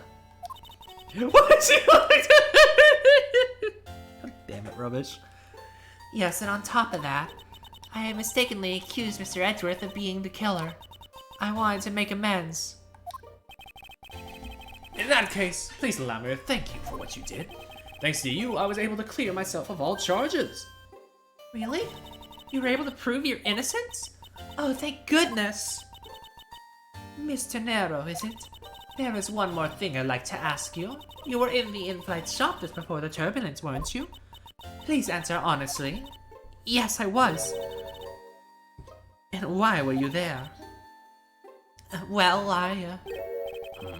Why the sudden hesitation? Francisca seems to have struck a nerve.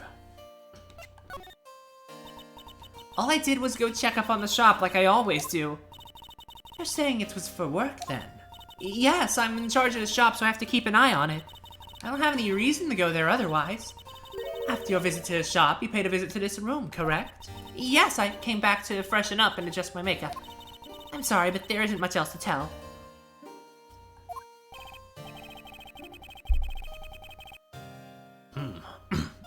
Mr. Nero claims to have no reason other than duty to go to the shop.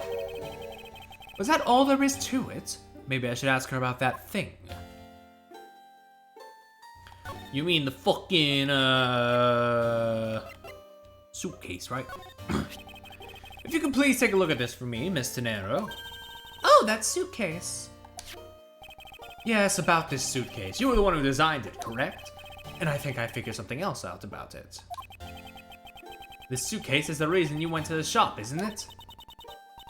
There's nothing you won't find out eventually, is there?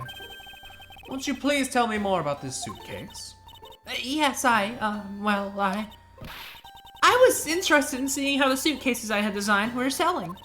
I know that as a service professional I'm not supposed to care, but I really wanted to know. And I was glad to see that it was the last one there. The last one there? Hey, what'd you mean by this? So you're saying, Mr. Nero, the suitcase in question was the last one? Yes, it's just so popular they're practically flying off the shelves. It's not exactly the impression I got. You can see your eye twitching a little bit. The one in the shop is most definitely the last one. Well, we're currently looking at that suitcase. Really? Then I guess we sold all of them. Thank you very much for taking the last one. I didn't say anything about buying it. Then say you'll buy it. I'm sorry, I can't. But why? I think you'll go great with your complexion, Mr. Edgeworth. It really suits you. I guarantee it personally as a service professional. That is, should I put this? It's hideous. What? Maybe that was a bit too direct. Moving on. My issue isn't with the suitcase. My issue with the suitcases isn't the design, it's the number of them remaining. Remaining? There were 2 suitcases in the in-flight shop when I investigated it. 2? But that's impossible. I'm sure there was only one. Looks like her story has generated quite the contradiction. When I left the shop, I'm positive there was only one suitcase left. Something is amiss here. What could be the meaning of this inconsistency?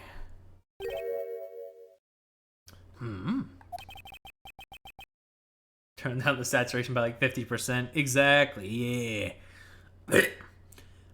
By the way, Mr. Nero. What is one of those suitcases doing here? That's... I thought you said there was only one left. That one is, it's mine. I've used it for a very long time now. She's used it for a long time. I think not. Mr. Nero, I'd appreciate if you wouldn't lie to me. Excuse me? I don't believe for even 1 second that you've used this for a very long time. What proves that this hasn't been used for nearly as long as Mr. Nero says? I mean, it still has the tag on it, right? Tell me, Mr. Nero, was it also your habit to keep the price tag pristine on your suitcase? What is the meaning of this? Why would you lie about the suitcase? Despite having faith in her design sense, the sales numbers made her cry bitter tears. The truth is becoming increasingly clear to me. Mr. Nero, I think I understand. I know what you are trying to hide. I know what you are. Now then, this suitcase was originally in flight attendant's room, the in-flight shop, first class. I mean, it's probably in the shop, you know. Seeing as how the price tag is still on the suitcase, one can only assume it was out on the floor for sale in the shop. The person who bought this suitcase was Dick Gumshoe. No, it's De Niro. It was you, wasn't it, Miss De Niro? I hate to say this, but this suitcase that you designed, it hasn't sold very well, has it? You saw how poorly this design that you poured your heart into was selling, and were deeply hurt. That's why you wanted to make it look like it was selling by buying it yourself. Isn't that right? Then the reason you went to the shop and came back here was... I'm sorry! All I really have is my job. I was overjoyed when my design was chosen. I thought that maybe I had finally accomplished something. But the suitcases didn't sell. Because of the design, isn't it? Well, because it's, as you put it, hideous. I can't say I chose a great place in which to sell them either. They weren't selling a single one, and they were just sitting out there collecting dust. I felt so bad seeing them there day in and day out. So I decided to buy one for every flight I worked. You buy one every single time you work a flight? I see. So in order to keep your resolution, you went and bought one today as well. Yes, and here's my receipt for that purchase. This receipt is clearly timestamped 5:40 a.m. Truth is, there's still a bunch of them left unsold. They're planning to scrap the remaining ones at the end of this flight. Miss De Niro, what are these other suitcases? They should all be down in the cargo hold. Then the suitcase the killer used Could very well have come from the cargo hold. Mr. Edgeworth, you don't think that the killer used one of my suitcases to... Yes, I do. The killer used one of your beloved suitcases to move the victim's body. Ah! How could they?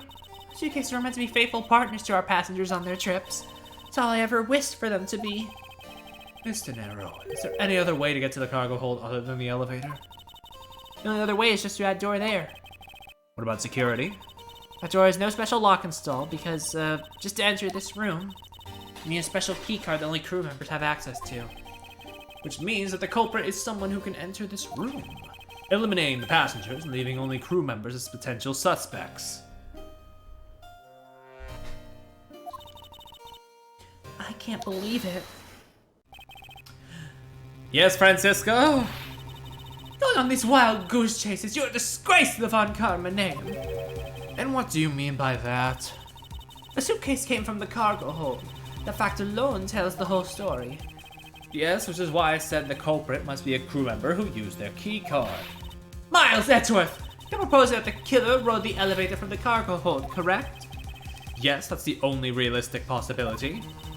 That other attendant, Miss Meal, I asked her earlier and she had this to say.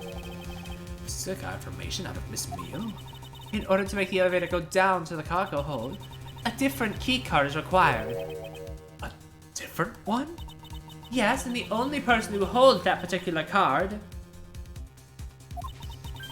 is you, Miss Rola Tenero, and only you. I think your father did that first. I mean, true. No! What? Is this true, Mr. Nero? Yes, I keep that key card in my locker at all times. Could you please show us that card right now? Yes, hold on. I don't believe it. What's wrong? The key card, it's gone.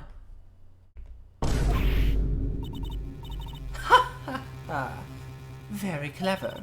Pretending that your card was stolen when in fact you're just trying to hide it from us. You've really thought this through. Wait, it's not like that! You can tell us all about what it's like down at the station. Officer, arrest this woman! Yes, ma'am. Mr. Edgeworth. Hold on, I'm thinking with my weird pixel that spontaneously appears next to me sometime. I've named him Pixely. I was never good with names. What's wrong? There's disbelief written all over your face. Francisca, I know that you are the lead investigator on this case. However... Hold it! Don't even think about wasting any more of my time. You know the rules as well as I do. Evidence speaks louder than words. Even if this isn't a courtroom, that basic tenet still applies. I intend to investigate the cargo hold now. What will you do, Miles Edgeworth? I intend to do likewise. To be continued. We're still under 2 hours. Let's just keep going, dude. I still have a whole thing of water. So even if I feel a little scuffed up, I can power through it.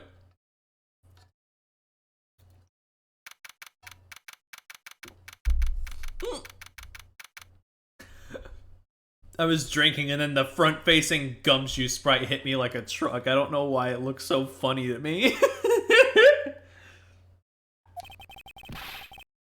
Wow, so this is a cargo hold, huh? It's so big!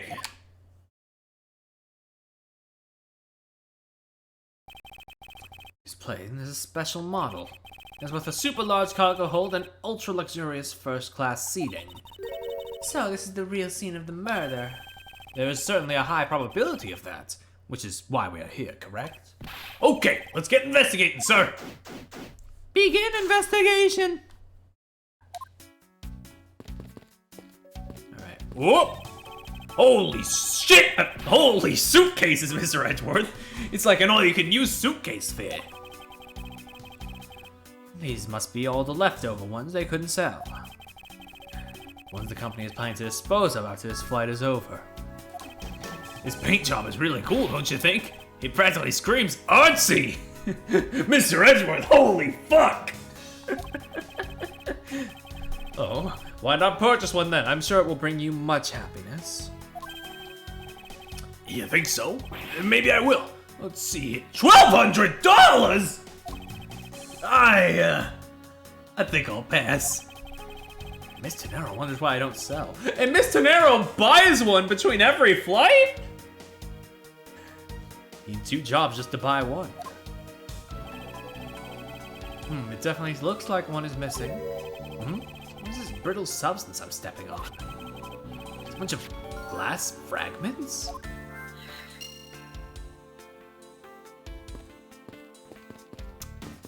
Bed sheets. Keeping track of this many pieces of cargo must be very taxing on the cargo crew. Sure brings back memories of when I worked as a part-time mover, sir. By the look in his eyes, he's waiting for me to ask about the rest of his story. Yeah, that's true. I suppose. But no matter how much he pours on the puppy eyes, I have no intention of doing so. Yep. Okay, let's go back to that black suitcase over here. Or briefcase, or whatever it is. Hey, what's with the suitcase, pal? Hey, it's what the victim checked in, sir. So this suitcase belonged to Mr. Hicks. I don't think he'd mind if we took a closer look. There's nothing out of the ordinary in here, sir. Wait, a file? And there's a photo of Miss Von Karma in it, sir. Looks like a profile on Francisca. Why Mr. Hicks have documents on Francisca in his possession? Yeah, what the fuck? Why would Mr. Hicks have had a file on her? Boink!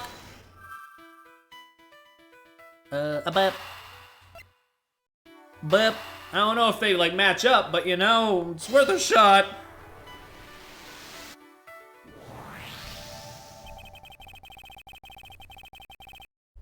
I think we can safely conclude that these fragments are from a pair of glasses. And the victim was wearing a pair of broken glasses. Exactly what I was thinking. I'm sure the shards would match up perfectly with the remnants of his glasses lenses. Ergo, the victim was here, just as I suspected. So you're saying the real scene of the crime was here, sir? Isn't that what I've been saying for a while now? Oh, is it? I didn't know that. Where else would the glasses come from? Fair, fair. Perhaps it's a bit early to draw that conclusion. However, my belief of the probability has just skyrocketed considerably. All that's left is to find the murder weapon. Let's talk. Have you noticed anything strange happening around here? No, sir. I haven't noticed a thing. I'm not sure they meant to sound so oblivious. Bonk. You arrived at the scene of the crime before Detective Gumshoe, correct? Hey, Bumbo. Hope you've been well. And you then immediately began to direct the investigation. It seems to me that you were already here at this airport for something besides this murder.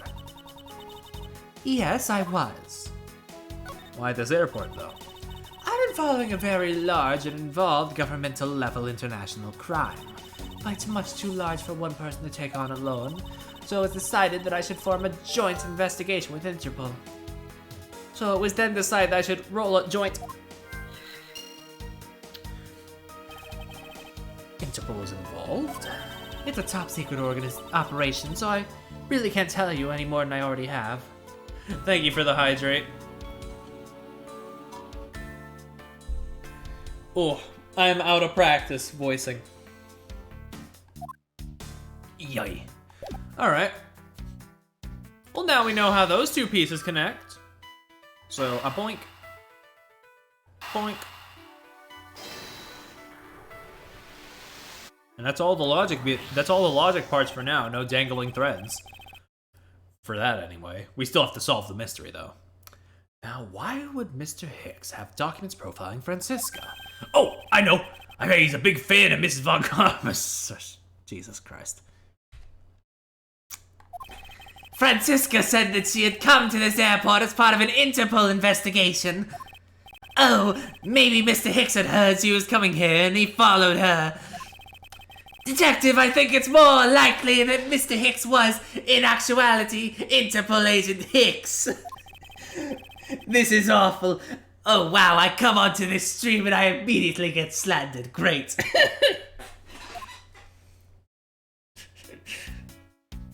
Okay.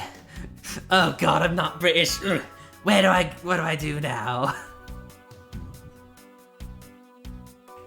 Guess we talk to her again, yes?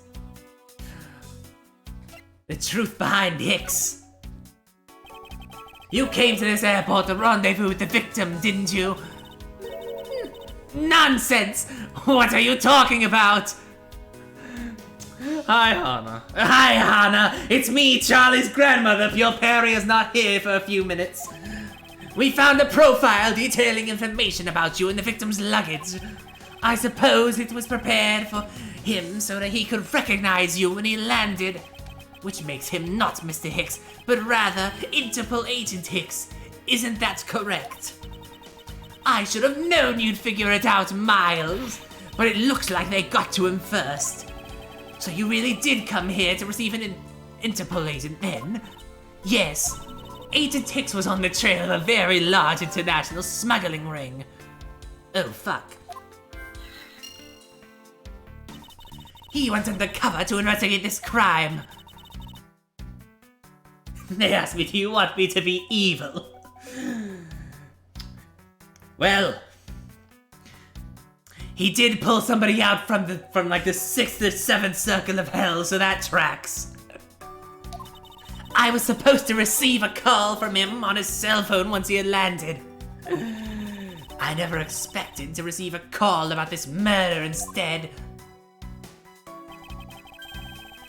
I think we now have pretty definitive evidence. that Agent Hicks came down here to the cargo hold. But what was he doing down here, sir? There's nothing but luggage. Oh, I get it. Can you do a German accent? I can try my best. Maybe. Maybe he forgot something in his suitcase and came down here to get it. Ow! Agent Hicks came here for a work-related reason. Of that I'm sure. No, I can't really do it. It's out of my range, really. Yes, I'm sure he was here to investigate the smuggling operation he was observing. Francisca, do you know exactly how he intended to pursue his investigation? No. Unfortunately, I was going to find out from him after he landed. I see, but this raises another question. A normal passenger can't access the cargo hold on their own. Agent Hicks must have identified himself to a member of the crew and entered the cargo hold with that person who let him in. Yes, and then he was murdered here. His glass fragments and his broken glasses are a testament to that. And then the killer put Agent Hicks into one of the spare suitcases and they entered the elevator. But while they were riding it up... Okay, I think that's time. And it's a good thing it was too, because the Charlie's grandma voice was starting to transform into like part Leighton for a second there. Now, Luke, you know there is no puzzle. I don't remember the fucking quote. It's been too long. I'm taking a drink of water.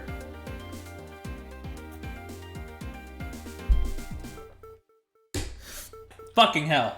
Good night, Hana. The plane hit that patch of turbulence. Because of the intense shaking, the suitcase popped open and Agent Hicks's body flew out. At the same time, his wallet fell out of his pocket, spilling its contents everywhere. Which explains why there was money scattered all over the elevator floor.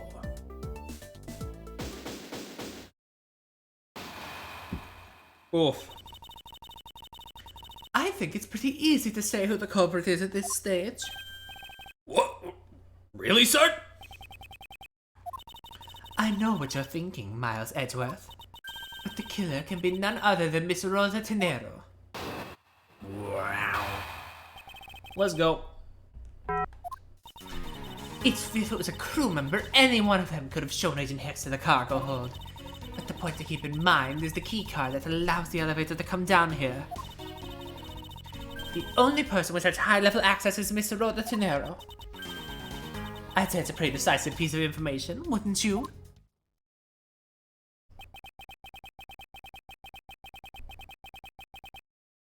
I know what she's trying to say, but I'm not certain it's as simple as that. Rebuttal!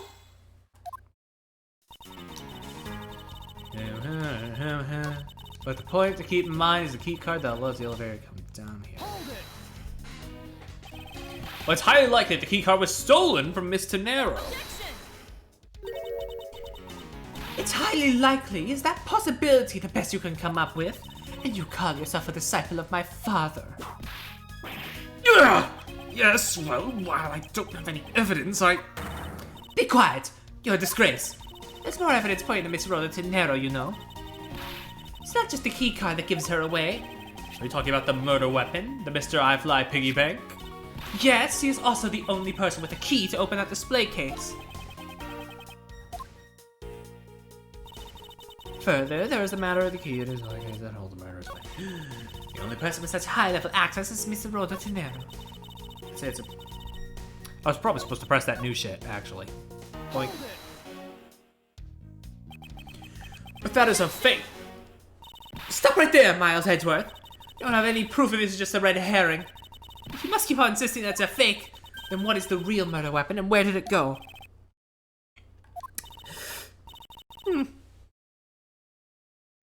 Speechless, I see. That's not a surprise. After all, you know that we've searched the entire cargo hold and come up empty-handed. There must be a way. There must be something that can help me rule out the piggy bank as the murder weapon. What should be examined further to help us ascertain the authenticity of the weapon? The body. Francisca, I think you were too quick to jump to your conclusions. Oh, was I? Yes, we don't even have the autopsy results yet. How can I not say that you made a snap judgment when you have yet to even see if the wound on Agent Hicks's head is consistent with the murder weapon?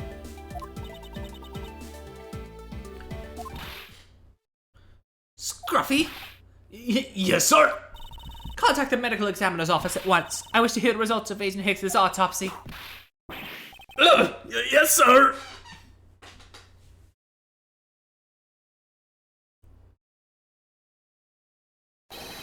Oh, we've got a big problem, Mr. Edgeworth, sir.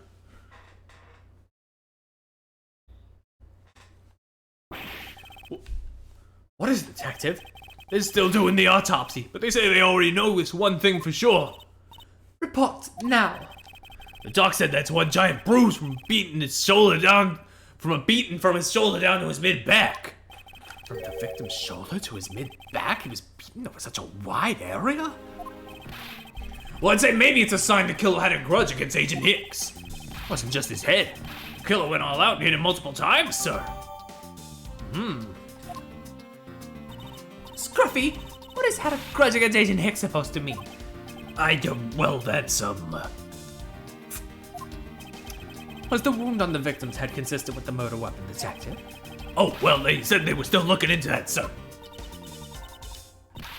You're completely useless! Ew! Sir, I told you already, you can't go down there. No, you remove yourself from my way. What's all that racket? My luggage, my cargo, they're mine and I demand you return them to me. We're still investigating the cargo hold. Please understand and have a little patience. I suppose there is no choice. Finally, I think you get... Hey, what are you... You have left me no choice but to use strong force. Ah! You won't get past me. This is... Wait, that's it. That's what this whole thing has been about. There's a matter of the key to the display case that held the murderous bank.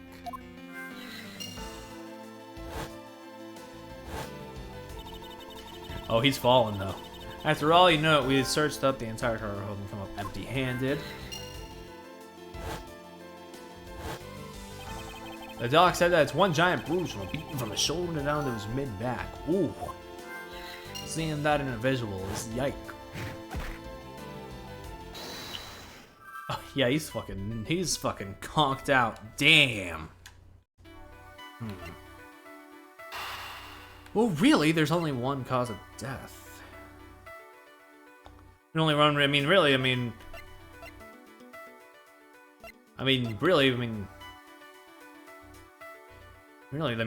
it comes to connecting, you can only really, I don't know.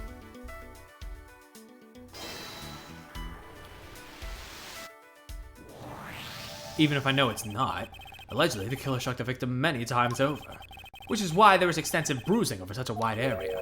Was that really the correct conclusion to draw from the evidence? The bruise from his shoulder to the middle of his back is one continuous mark, which is more suggestive of a single blow to the back. If that's the case, then the piggy bank is much too small to have caused that. Therefore, the murder weapon must be something far bigger. His butt. No.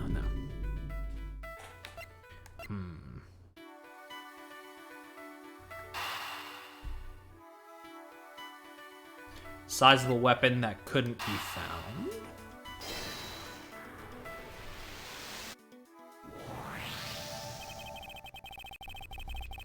If you're looking for a rather large weapon, you'd think it would stick out.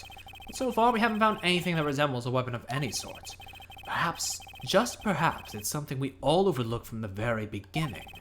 Because normally it's too impossibly big to be taken into consideration.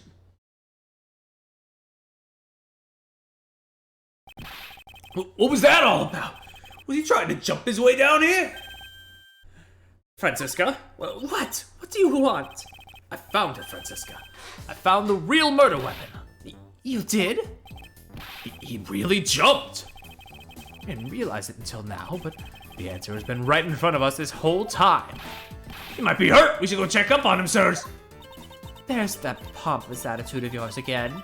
You should learn to drop that habit. She's going for a prosecutor with the habit of whipping everyone she comes across. Anyway, if you really are a prosecutor and you'll back yourself up with evidence. You two aren't listening at all, aren't you? Come on then, show me this real murder weapon. I don't think we have evidence to show it. I don't have any evidence to show you. Foolish reasoning for a foolish fool from a foolishly foolish fool meant to fool me. There we go, we got it.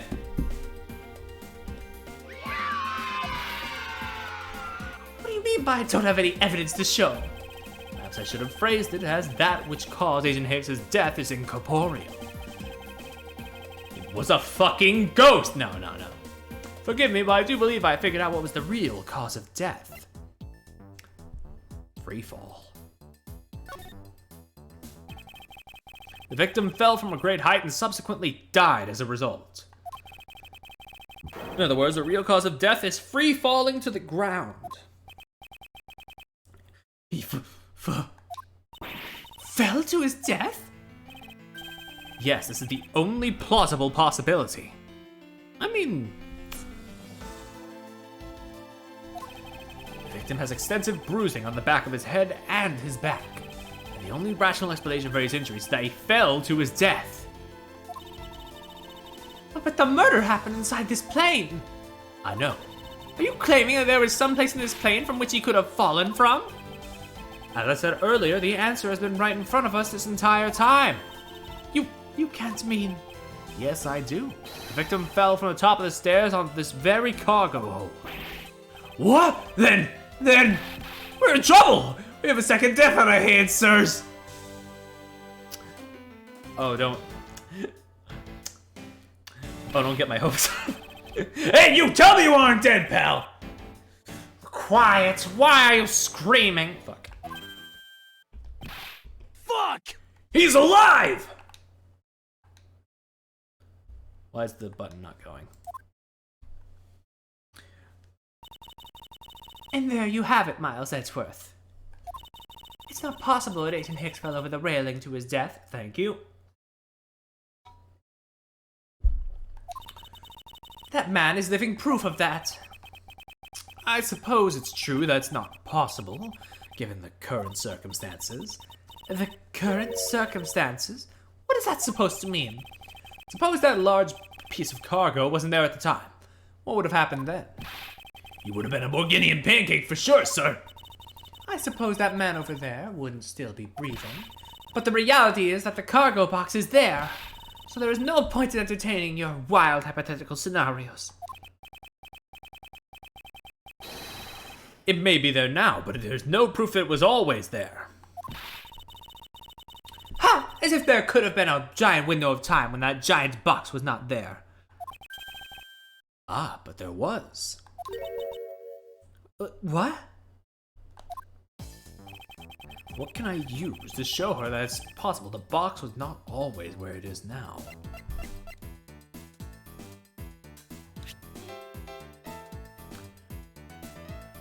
To transfer the cargo? Refueling the Republic of Zangfa? Yes, this flight had a short layover in Zengfar in order to refuel. But that wasn't the only reason for the layover. We also transferred some cargo. Well, if the box in question was only transferred onto the plane at that time. To further prove my point, let's take a look at what's next to the box in question. It's labeled Zangfa Express. Correct, meaning it was loaded onto the plane in Zangfa. Now, what if the box in question was also loaded on at the same time? It would mean that the box was not here in the cargo hold during the Europe-Zangfa leg of the flight, making a clear drop from which Agent Hicks could have fallen to his death entirely possible. Ah, but your theory is still very far-fetched. Allow me a chance to prove how very likely my scenario is. Well, the first order of business will be to examine that piece of cargo in more detail.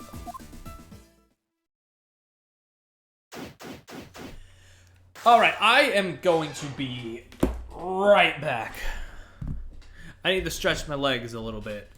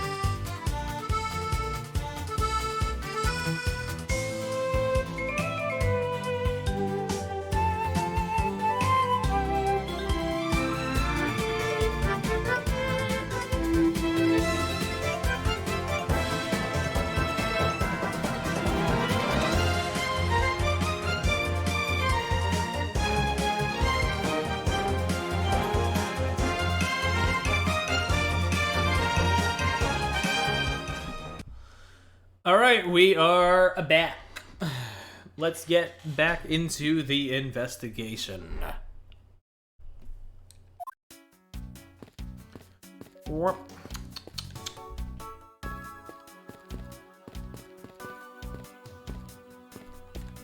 Examine that. This is a rather large piece of cargo. There's a tag on it, sir. Let's see. Aleph Red statue. Never heard of it. Nor I. But all I care about is if we can prove it wasn't here at the time of the crime. Then let's get investigating, sir. Whoop, he's zooming. Whoop. Look here! Do not go on touching my possessions without my permission! Don't rush up on me like that, pal. So this belongs to Mr. LeBlanc, does it? I should see what else I can find out from him. If we have to.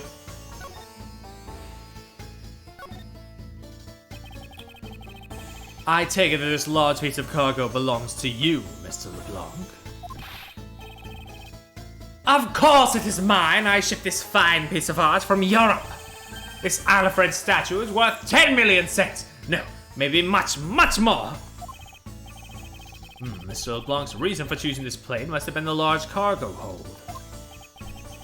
10 million cents? I suggest you stop trying to calculate how many packets of noodles that makes, Detective. Darn, how'd you do that? I feel like you keep getting better and better at seeing right through me every year. Though I grow with each revolution of the planet around the sun, I have a distinct impression that he continues to madly spin in place. Spin. Hey, Mr. Edgeworth, so that 10 million cents, is that in euros or in dollars? Does it really make a difference to our case? Mr. LeBlanc, there was a chance that your cargo was related to our murder case. I was wondering if you would allow us to examine it a bit closer. It is a very valuable piece of art, so no! There will be no touching! Definitely more than $100,000. Fair enough. Yep.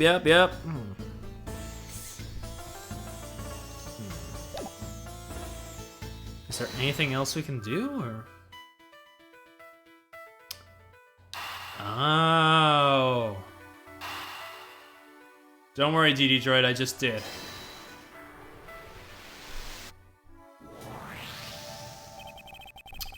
If Mr. LeBlanc has something to do with the smuggling ring,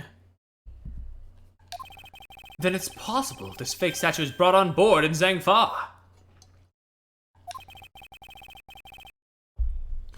I think I need to question him a bit further. All right, buddy boy.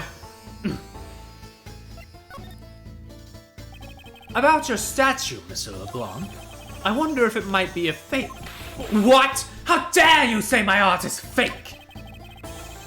I suspect that your statue might be a target of an international smuggling ring. Don't say such fantastical things! Those thieves would not dare! I have a certification of my cargo right here! Do you mean the cargo certification document? Mr. Zinc LeBlanc, why didn't you say so earlier? Please show it to us at once. I can't read this. What does it say? It says plain as day the cargo's put onto the plane in Europe. And there you have it, Miles Edgeworth. Too bad for you. This statue was brought on board in Europe, just as it states in the certificate. No, that's... Which means that there never was a window of time in which the statue wasn't sitting there. Fuck! I respectfully disagree. We can't discount the theory until I see the statue for myself. You can have your wish. Look at yourself and see if I am right. Aha! This, I know I've seen this somewhere before.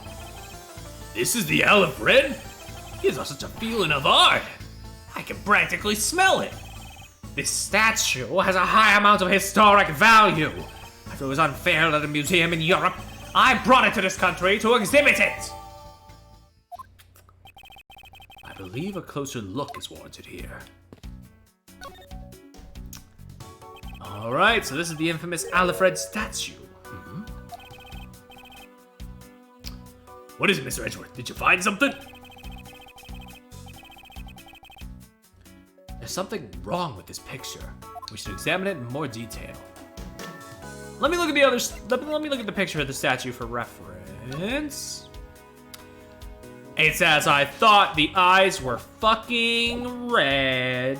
No, wait, shit, wrong. No, not the forehead. No. Go back.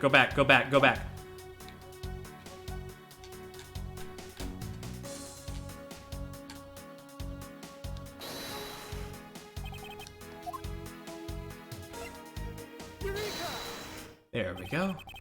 Those eyes are awfully orange, don't you think? Yeah, and pretty. Remind me of sunsets when I was in grade school, sir. I don't think you see what I'm talking about.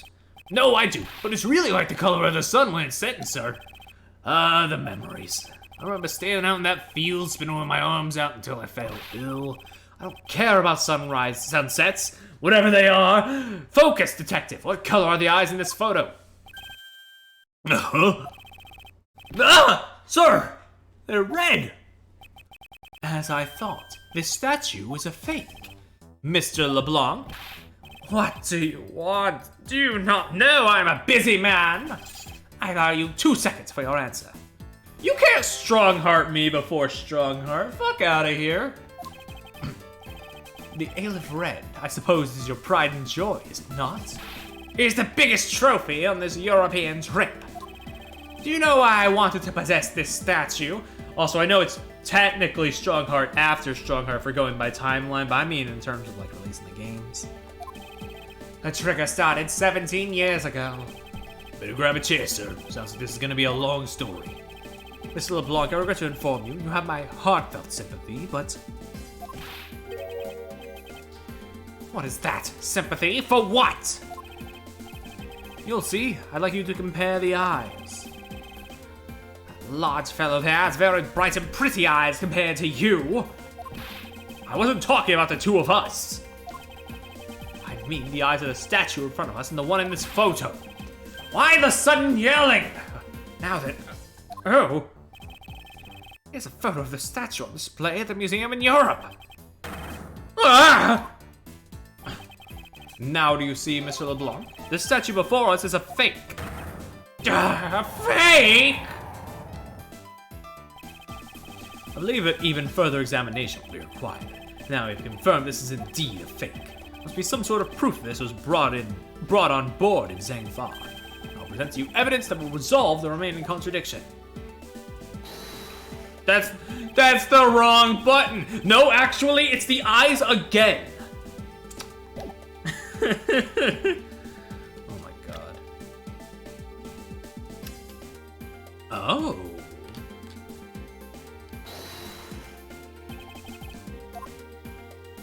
Hold up.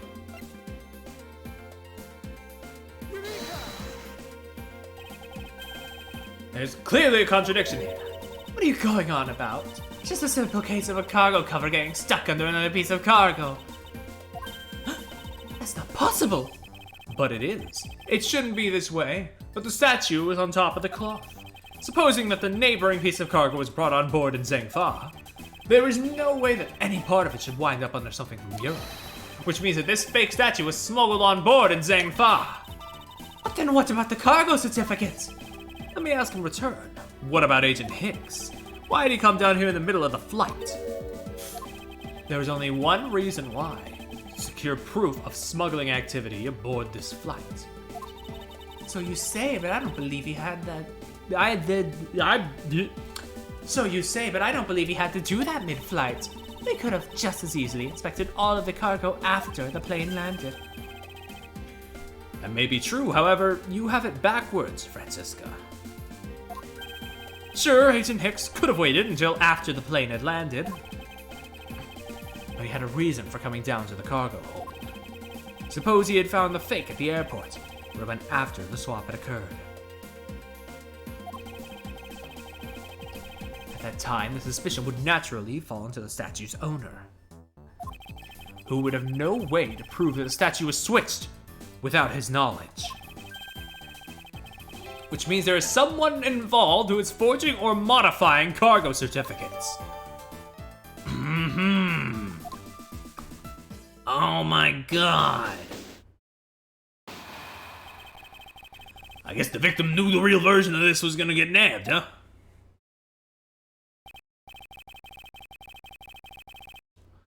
Yes, while the photo could be seen as nothing more than a simple souvenir, it was in fact taken to be used as a reference document later on. Next, Agent Hicks had to secure proof that the smuggling had taken place. He came down here to take a picture of the cargo hold. A rather empty one at that, right before the fake statue could be loaded on board. A photo of the hold missing a valuable piece of cargo would have been proof enough. After that, all he had to do was hold the Zhangfa cargo crew and arrest the smuggler. Exactly. This only goes to prove my theory. If the statue was not in the cargo hold during the Europe-Zhangfa leg of the trip,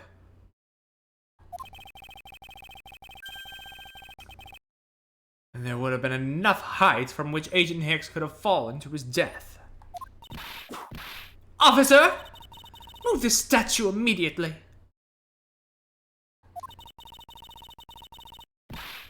I want a thorough examination of the floor underneath. Now!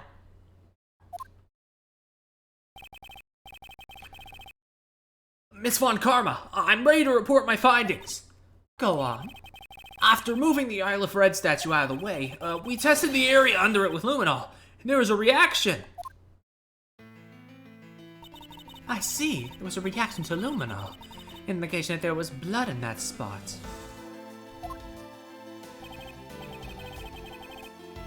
Can we stop looking at it now, sir? It would would seem that my deductions were correct after all. I suppose it would appear that way. The culprit cleaned the blood up well.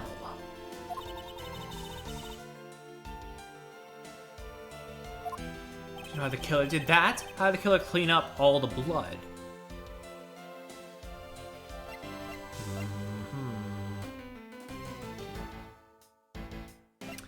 With the fucking cloth. The killer used a bloody cloth I found inside the suitcase to clean up the mess. I see. They had a need to clean up all the blood before the plane landed in Zhangfla. Clue. Yes, because otherwise the cargo crew would have discovered it during the layover. So you guys are saying that the murder happened before the plane landed in Zhangfa?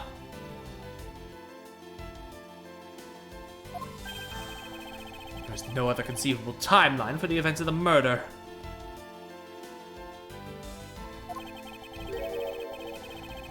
But if that's true, then that throws a certain person's testimony into doubt. If the murder occurred before we landed in Zhangfa, then this becomes highly suspect. I think it's Miss Meals, isn't it? If I'm remembering correctly. Recall Miss Meals' testimony about Agent Hicks in regards to when we departed Zhangfa. I saw Mr. Hicks sitting in his seat at 5 a.m., you know. She claims Agent Hicks was alive at the time of his service calls, but that totally contradicts the facts, sir. But why would she lie about something like that? I think the only person who can answer that is Miss Meal herself. Oh shit, to be continued again.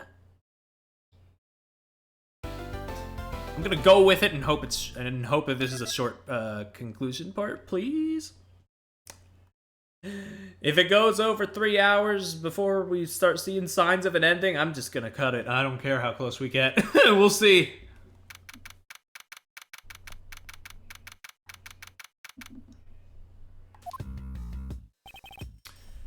Miss Meal. Miss Meal! Huh? Do you recall what you said earlier about when you answered some service calls as we were departing from Zhangfa?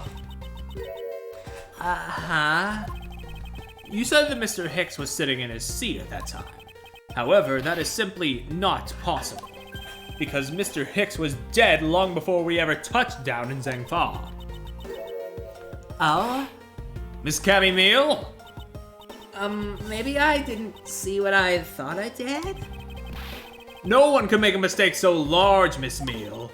But I make that kind of boo-boo all the time. Ugh! This is going nowhere. There must be a better way of resolving this contradiction. Very well. Miss Meal, if you please, tell me about your alibi during the time span. She's a police officer. Yeah. I'm not sure if this testimony is 100%, good. From just before we were to land, from 3 a.m. and 6 a.m. when the body was found. Are you telling me I'm a suspect, Mr. Edgeworth? God, yeah, getting that close up of her eyes really does just hammer it home, huh? Bitch is not paying attention.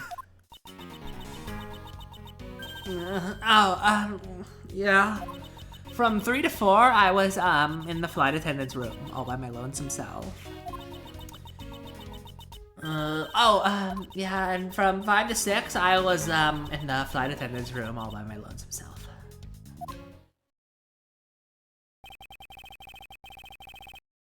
How is a man supposed to react to a testimony like that? Miss Meal, wake up! Yeah.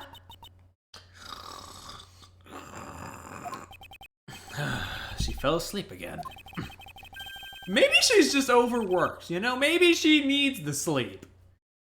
But we still need to actually, you know, get to the bottom of this case. So yeah, wake up. Looks like the only way I'm going to be able to wake her up is by pressing her.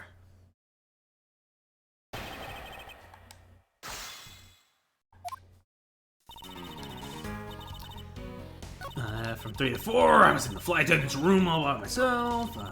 And from 5 to 6, I was in the flight attendant's room all by myself. Wait.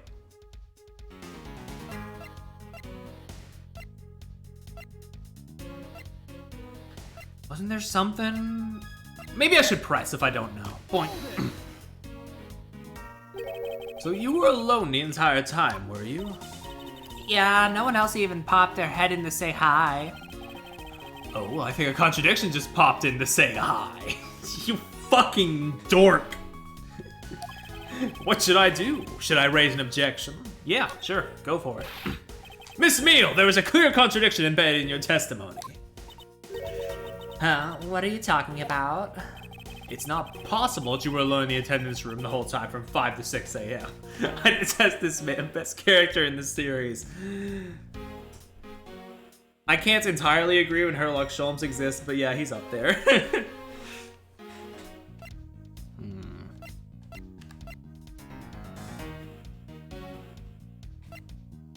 Can I read this one? But at the in-flight shop and left in the attendance room, the timestamp says 5:40.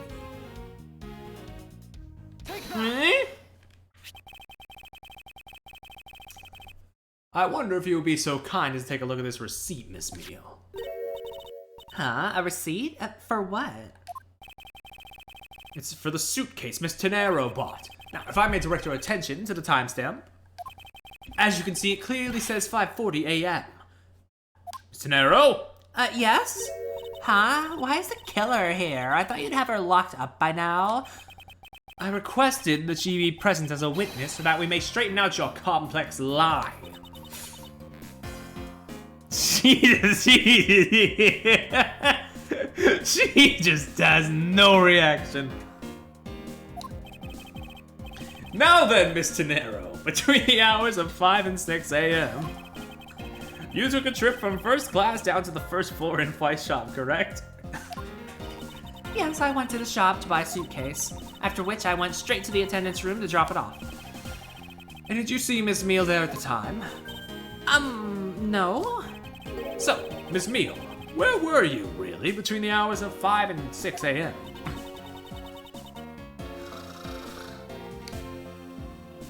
How is your hat staying on, by the way? Like, her head keeps going at an angle where the hat would fall off. You would think they would do like a visual gag with that. Whatever. Miss Cammy Meal! The bathroom? I'll be the one to ask the questions here. Yeah, maybe that's it. I probably just missed her. Nature calls, you know. You take me for a fool? That's a little too convenient to be true.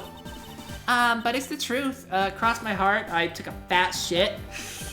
I don't have enough conclusive proof to counter-argue her at this stage. You don't believe me, do you?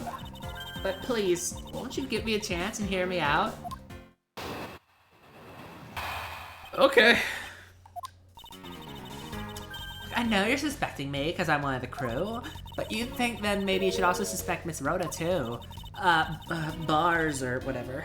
She's the one in charge of the elevator keycard in the shop, you know. If you ask me, that makes her super sussy. Please leave Miss Tenero out of the conversation. Only you are under suspicion for now. I don't get it. Why are you covering for Miss Rhoda of all of a sudden? Oh, now I get it. Maybe you've got your eye on Miss Rhoda. Sussy. Look, I thought it sounded in character for her. Of course I'm keeping an eye on her. I can't very well let her escape, can I? Never mind. But you want to know something? Miss Rhoda actually kind of... I have absolutely no interest in people who can't appreciate my sense of design. Now's not the time for this sort of talk.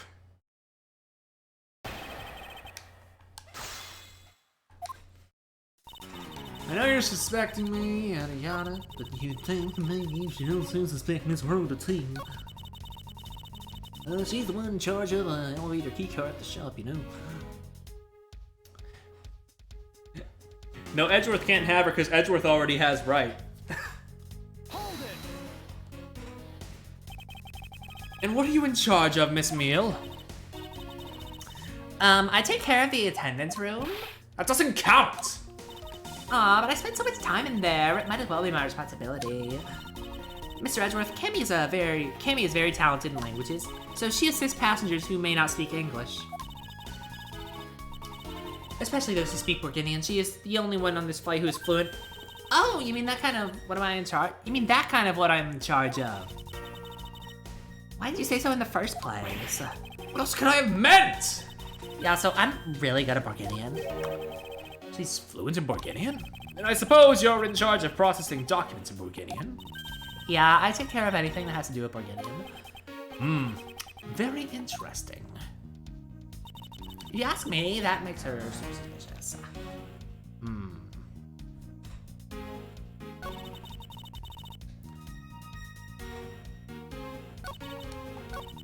All I'm in charge of are the attendance room and some Burgundian stuff. Well.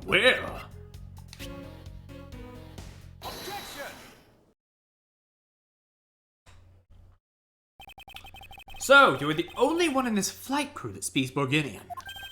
Is that correct? Oh, yeah, I guess so. Oh, I studied abroad in Bulgaria for a while. If that is the case, then the signature on this document belongs to you, doesn't it?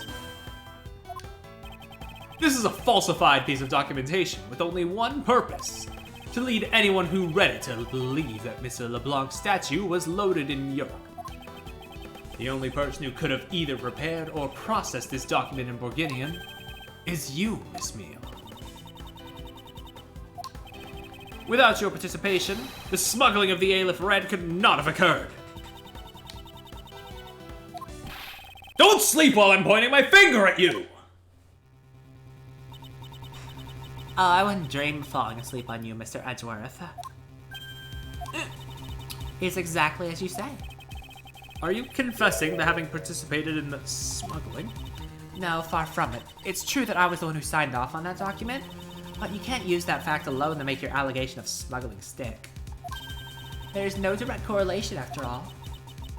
All you have is my signature on a piece of paper. She's just blowing a bubble. Okay. Really? All you did was sign it? Lucky to check if the cargo had been loaded onto the plane properly, so sorry about that. It seems that she's finally woken up. It's going to be one tough fight. I suppose, and this is just a supposition. Even if I was involved in the smuggling, you can't throw the charge of murder on me just like that. If you were involved in the smuggling, you would have had a strong motive to kill. Agent Hicks was in the middle of an investigation regarding a smuggling ring. And just when he was about to close in, he's killed by a member of that ring. Well, did you ever stop to think that maybe Rhoda is the smuggling ring member? After all, unlike me, Rhoda has access to many things on this plane for work purposes. So perhaps there is some element of a setup at play in this case. What are you talking about? Don't worry, I wasn't talking about you. I meant the killer. First it was myself. And now it's Miss Tenaro who is under the microscope. Seems to me that our killer is going to great lengths to pin this crime on anyone they can.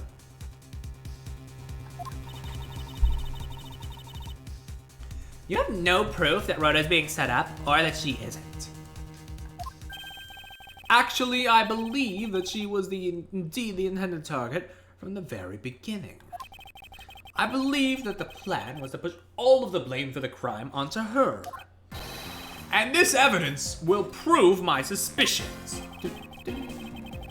It is proof that the killer was out to frame Miss Tenaro from the very beginning. It's the suitcase, isn't it? Killer could have hidden the body anywhere, and yet they chose the suitcase.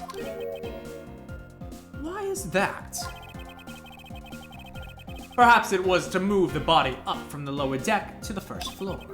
However, why go through the trouble to do so?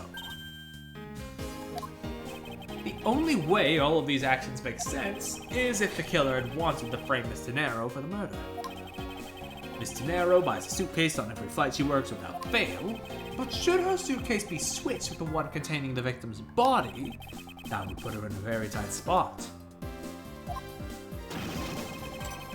Unfortunately for the killer, the turbulence put an end to that plan.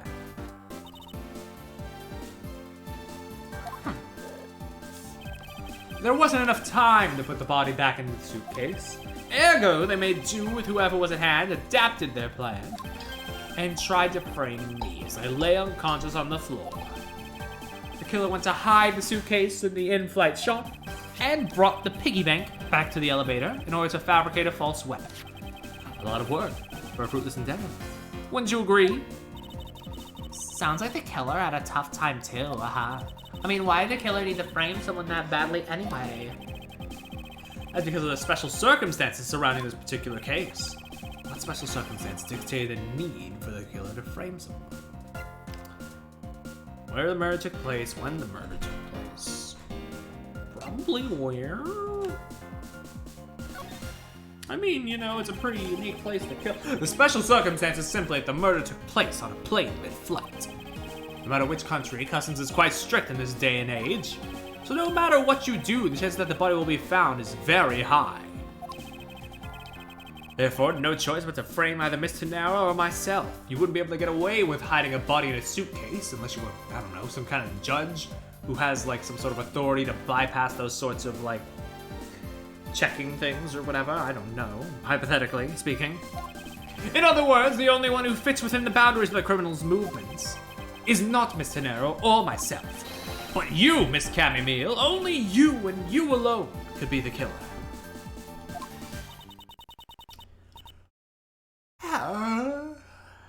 And? She really hit him with the okay and. Are you done already? I was about to fall asleep again. Anyway, let's be honest here.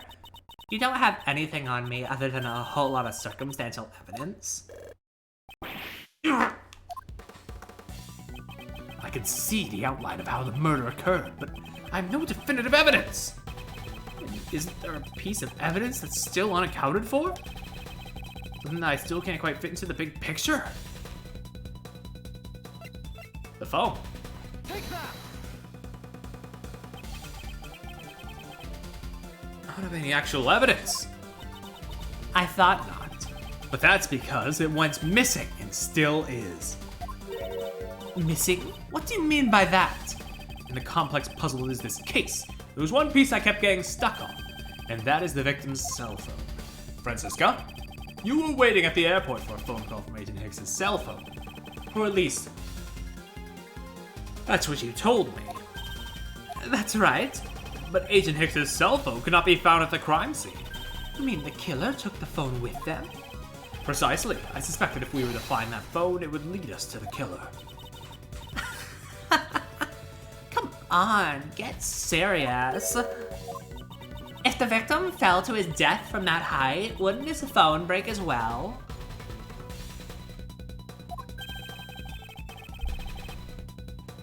We won't know that until we try a little experiment, will we? Francisca, I'd like to ask for your assistance. You know the victim's phone number, do you not?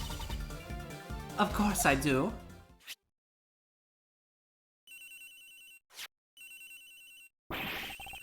Agent Hicks's phone! It's ringing from somewhere, sir! I hear it, detective. Now, where is it coming from?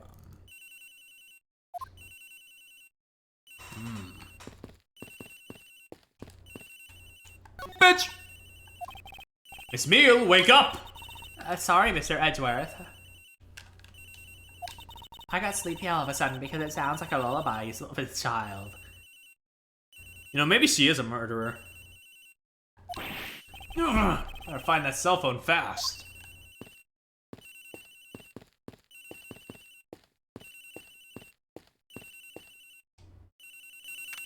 Oh, it's even louder. Great!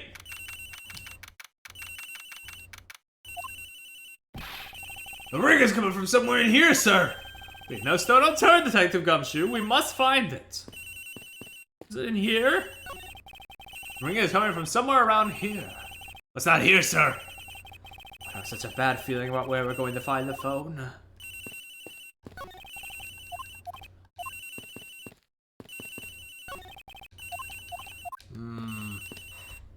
Well, it's louder in here, so it's definitely around here.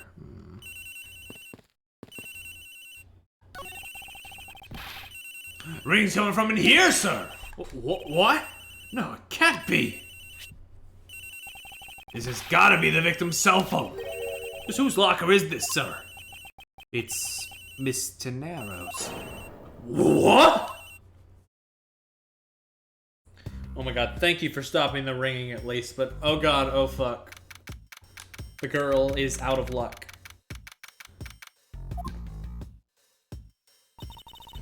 So, Mr. Edgeworth, how did it go? Where did you find the phone? I found it in the flight attendant's room, in Miss Tenero's locker. What? But... Rhoda Tenero, I don't know anything about the phone. It wasn't me. It wasn't me.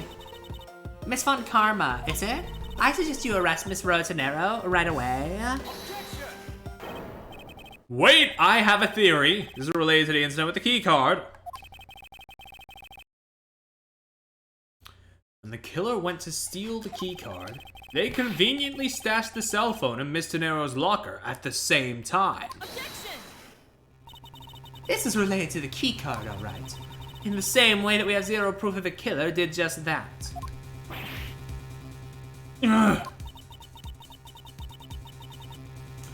The only voice that sings the truth is evidence. That is the one bird we cannot ignore. What should I do? Francisca's right, I can't offer baseless conjectures at this point. Alright then, why did the culprit take that cell phone from Agent Hicks? It must have something very incriminating on or in it. What now, Miles Edgeworth? It's not over yet! We have yet to figure out why the killer took the phone. What? Inside this phone lies the final piece of incriminating evidence that will point us to our killer. We need to examine this phone in more detail. Give me your phone! Alright. I mean, the screen is cracked, but that kind of goes without saying. Let's examine a bit around different places. It's a camera lens! Come to think of it, I wonder, how exactly was Agent Hicks planning to preserve the crime scene of his smuggling? Francisco! I need you to confirm something. This cell phone, can it take pictures? Mr. Edgeworth, I can't believe you don't know about this kind of basic stuff, sir. This looks like a very similar model to my own. And mine can take photos just fine. Do you think Agent Hicks could have taken some pictures with this? In particular, pictures as evidence for his smuggling case?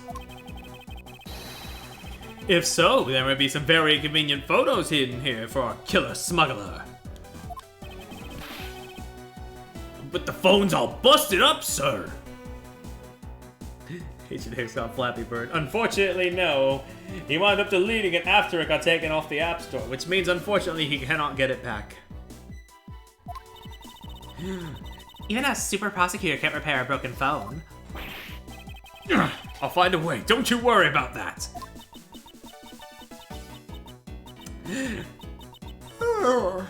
May I go back to sleep now?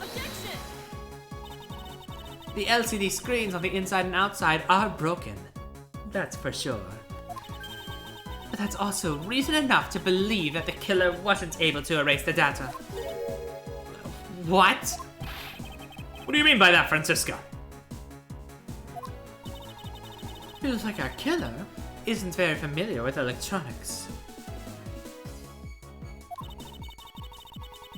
The phone still rang when I called it, meaning that only the LCD screens are broken. It's possible that the photos are still in there, waiting to be accessed. All we need to do is transfer the data to my phone. Oh, she don't like that. Francisca, your phone if you please. Give me your phone! Very well. It's transferring. Alright, displaying it now. Oh! This is... Agent Hicks was most certainly trying to obtain some evidence for a smuggling case. Hey, the olive red's nowhere in this pic, sir. But this has no meaning as a piece of evidence in this murder case, right? Oh, she's right. There's not much we can find out from this about Agent Hicks' killer, sir. Is this it? Is this the end? Is there really nothing in this photo that we can use?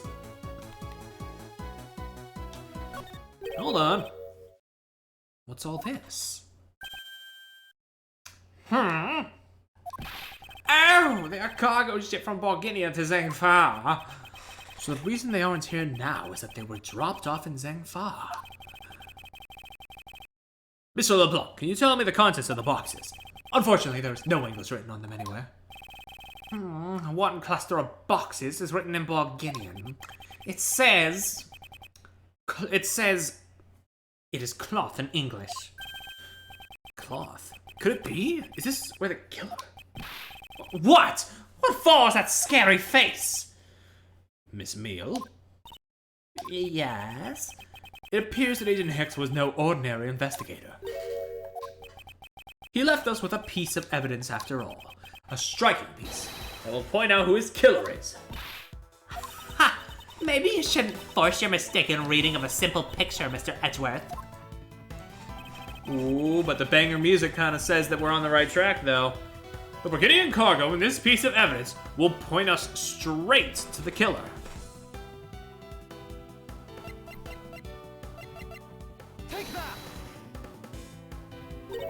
And what is that supposed to prove? The killer used this piece of cloth to wipe up the blood they had spilled. But there was one thing that bothered me this whole time. Where did it come from? Where did it go? And now I have finally found my answer in this very photo. Ayo bars. The cargo that was unloaded in Zangfa had cloth written on it.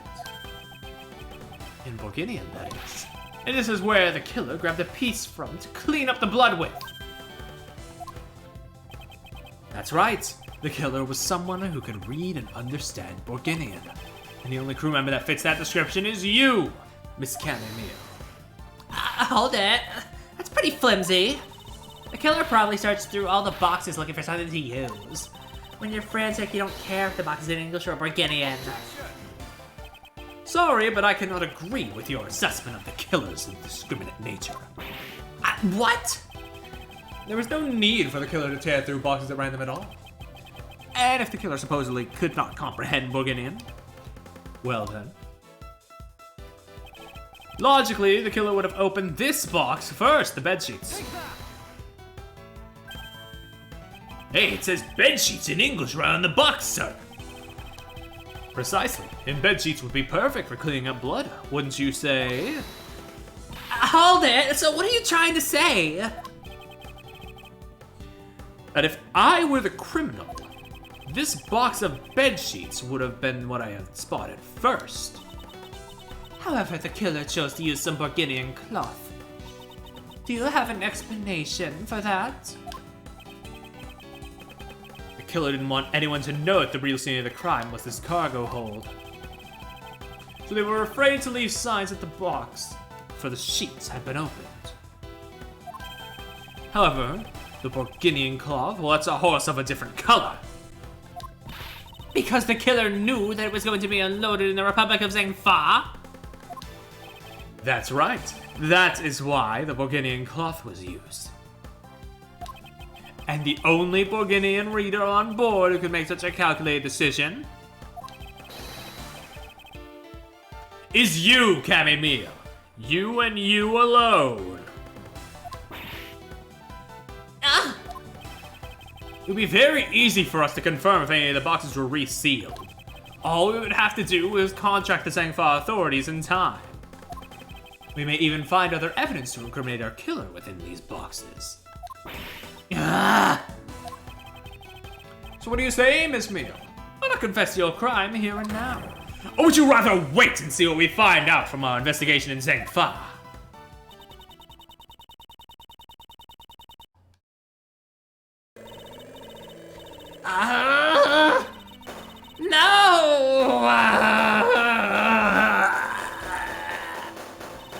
Damn, there she goes.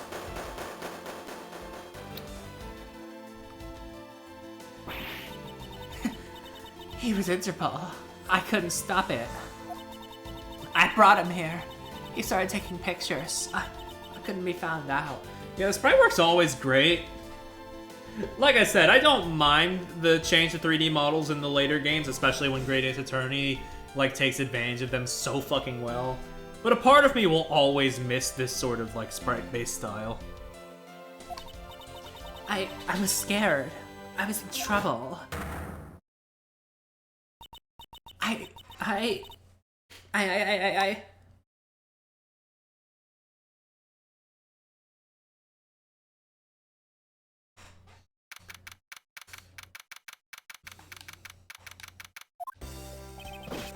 We finished making all the arrangements to take the suspect in, sir. And just at 3 hours, too. Damned. That shit couldn't have been more well timed. Is that a Zoidberg statue? I don't think so. Very good, detective. What about the smuggling route? Did she say anything about that? I'm taking it down to the precinct now. Hopefully we can get more out of it there. Wherever we approach the topic, she just started foaming at the mouth. It was scary, sir. She probably wasn't prepared to commit a murder all of a sudden. One thing is for sure, the ring behind this whole mess means serious business. Looks like there's a lot more to this case than meets the eye. You know, I can kind of see it now, actually. Fuck. Oh, Mr. Edgeworth! I just wanted to say how much I appreciate everything you did. Thank you very much. It was nothing. In fact, I should be the one thanking you for your cooperation. Truly, if it wasn't for you, I might not be here right now. Instead, I can continue to serve our passengers as a flight attendant. I hope that, well, please accept this as a token of my appreciation. That's... I see. You don't have to take it if you don't want it. No, I mean, I would never turn down a lady's generous offer. Oh, thank you. I'm sure it will serve you well. And remember, we here at iFly Airlines are always ready to serve, Mr. Edgeworth. Thank you. I'll keep that in mind. Now I must bid you farewell. May all your skies be blue no matter where you go.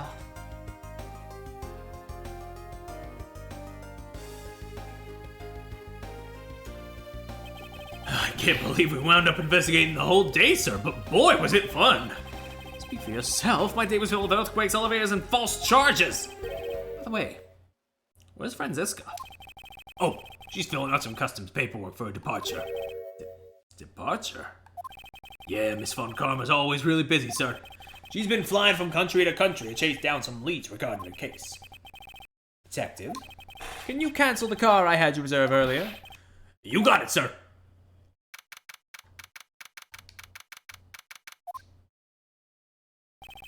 Franziska? I thought I told you when you first landed. I have no time for idle chatter.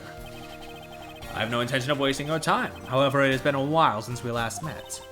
I also have no time for such familiar reminiscences. Just who do you think I am?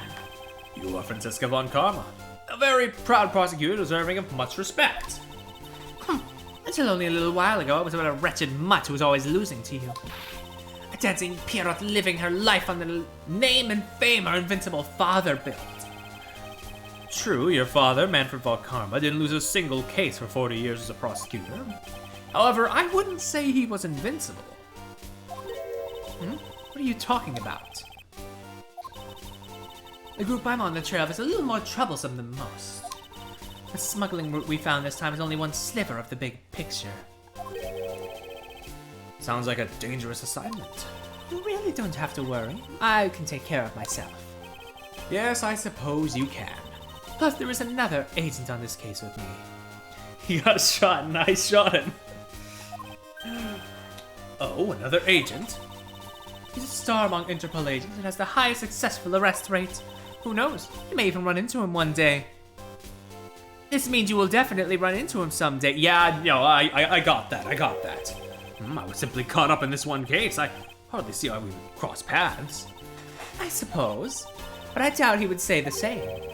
I'm not following you. You'll understand soon enough. The fight has only just begun, Miles Edgeworth. I'll be back in this country soon enough, and when I am, you can be sure I'll pay you back in full. There she goes, the girl boss somewhere else. And just like that, she's gone, huh, sir? Oh, this is a nice little rendition of Gumshoe's theme. Thank goodness! I can finally rest easy knowing I won't have to watch out for a whip. Detective Gumshoe, I want to thank you for all your help and cooperation. Oh, it was nothing, sir. I was just happy to be able to work with you again. I think I'm gonna celebrate by adding a little extra salt to my noodles tonight. Just how much did you cut his salary by, Francisca? Detective, I was wondering if you might give me a ride down to the prosecutor's office. Sure thing, sir. I'll even fly down the road and patrol car if you want. Don't make me remind you, Detective. Safety first. Thus, I solved the first case upon my arrival home. Francisca von Karma, the smuggling route she was after, the leaders of that ring had already put their trump card into play. And the players on the other side of this war, they would begin to make themselves known through the next incident. Edgeworth speaking. Finally.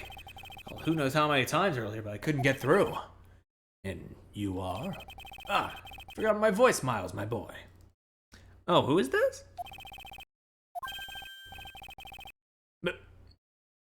Mr. Romano. Ernest Romano, correct? Am I just stupid, or I don't recognize this name? So you do remember me. I know it's rather sudden, but I can't ask this of anyone else. There's been an incident, Miles. My son, he's been kidnapped.